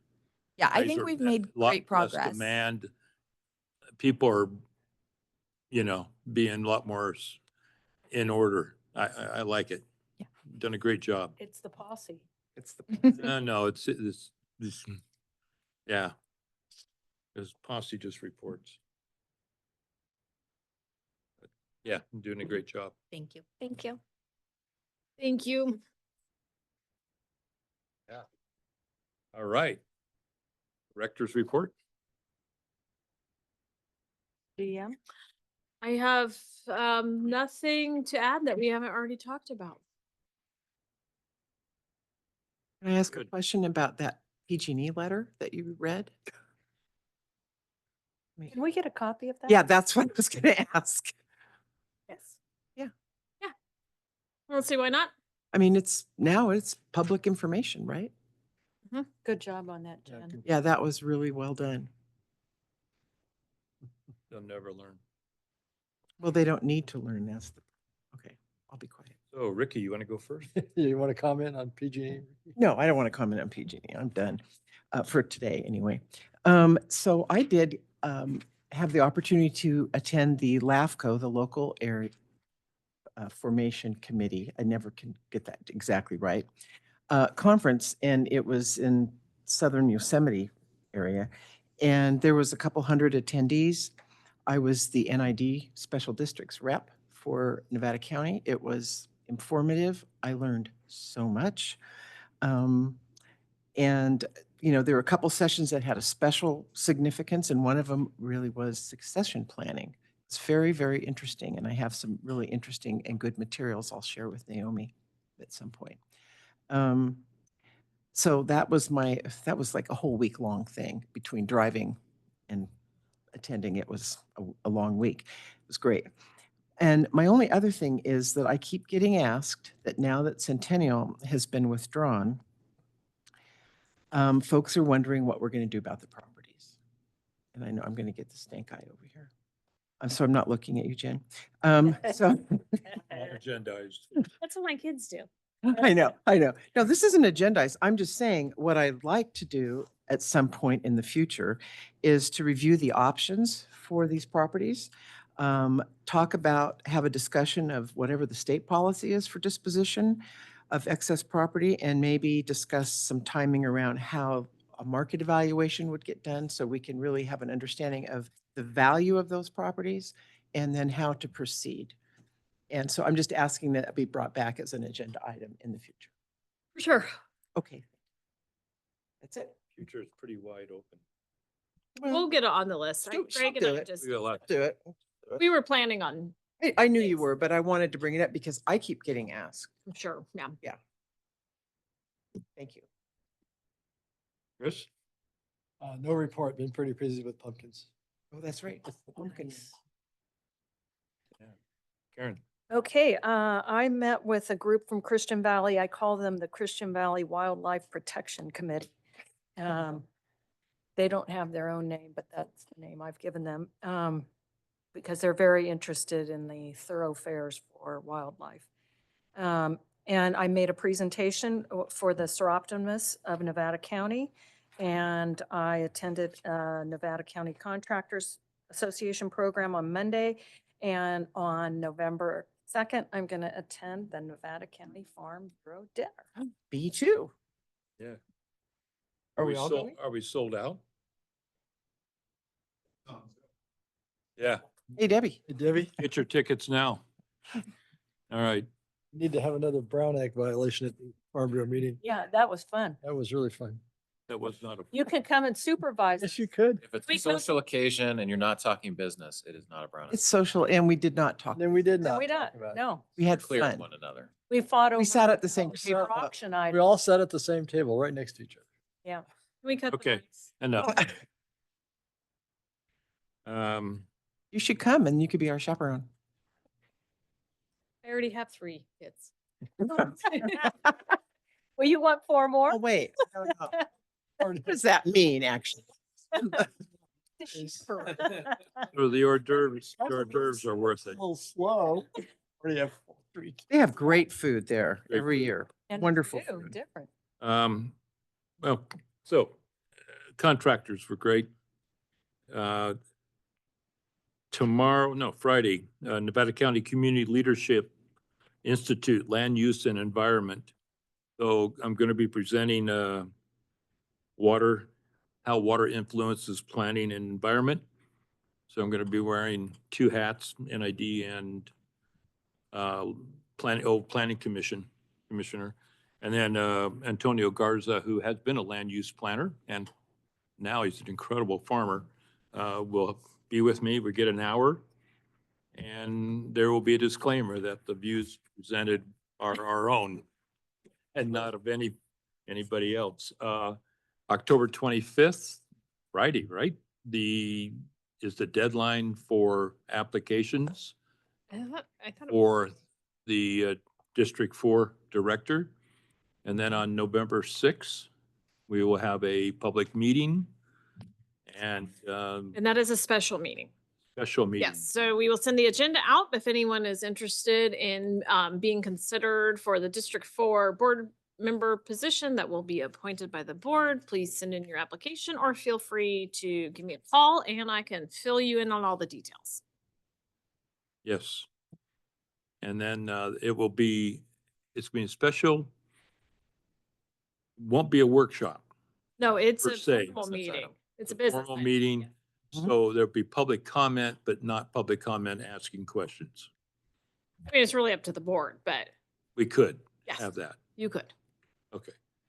And what do you prefer? I prefer more open dialogue personally. I think it's to have some structure to ensure each candidate is Mhm. essentially provided the And they get the same- opportunity. And they get And the same same questions, questions right? and.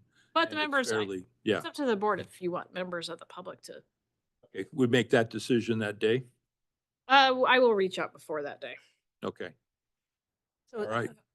how are the questions being developed? Should we be providing them to you or? Yeah, you sure can. So I have received some questions from Rich. I have some questions we've used from last time. I've added some, so I'm kind of gonna collate all of them. I'll send something out to the board. Give me an idea of kind of what questions you like, or if you want a different question, I can see where we have overlap and try to put together a final. Perfect, thank you.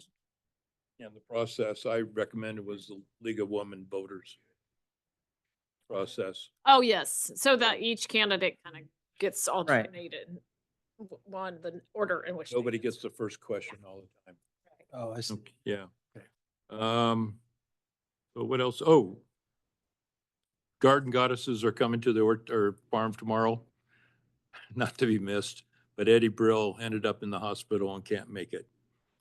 But he opened for Letterman 15 years in a row as a comedian, and he is absolutely worth the price of admission, but he didn't make it. Only farm tour at 4:00 tomorrow afternoon at our place, and then potluck that is not to be missed. Well, that's it, and we are adjourned.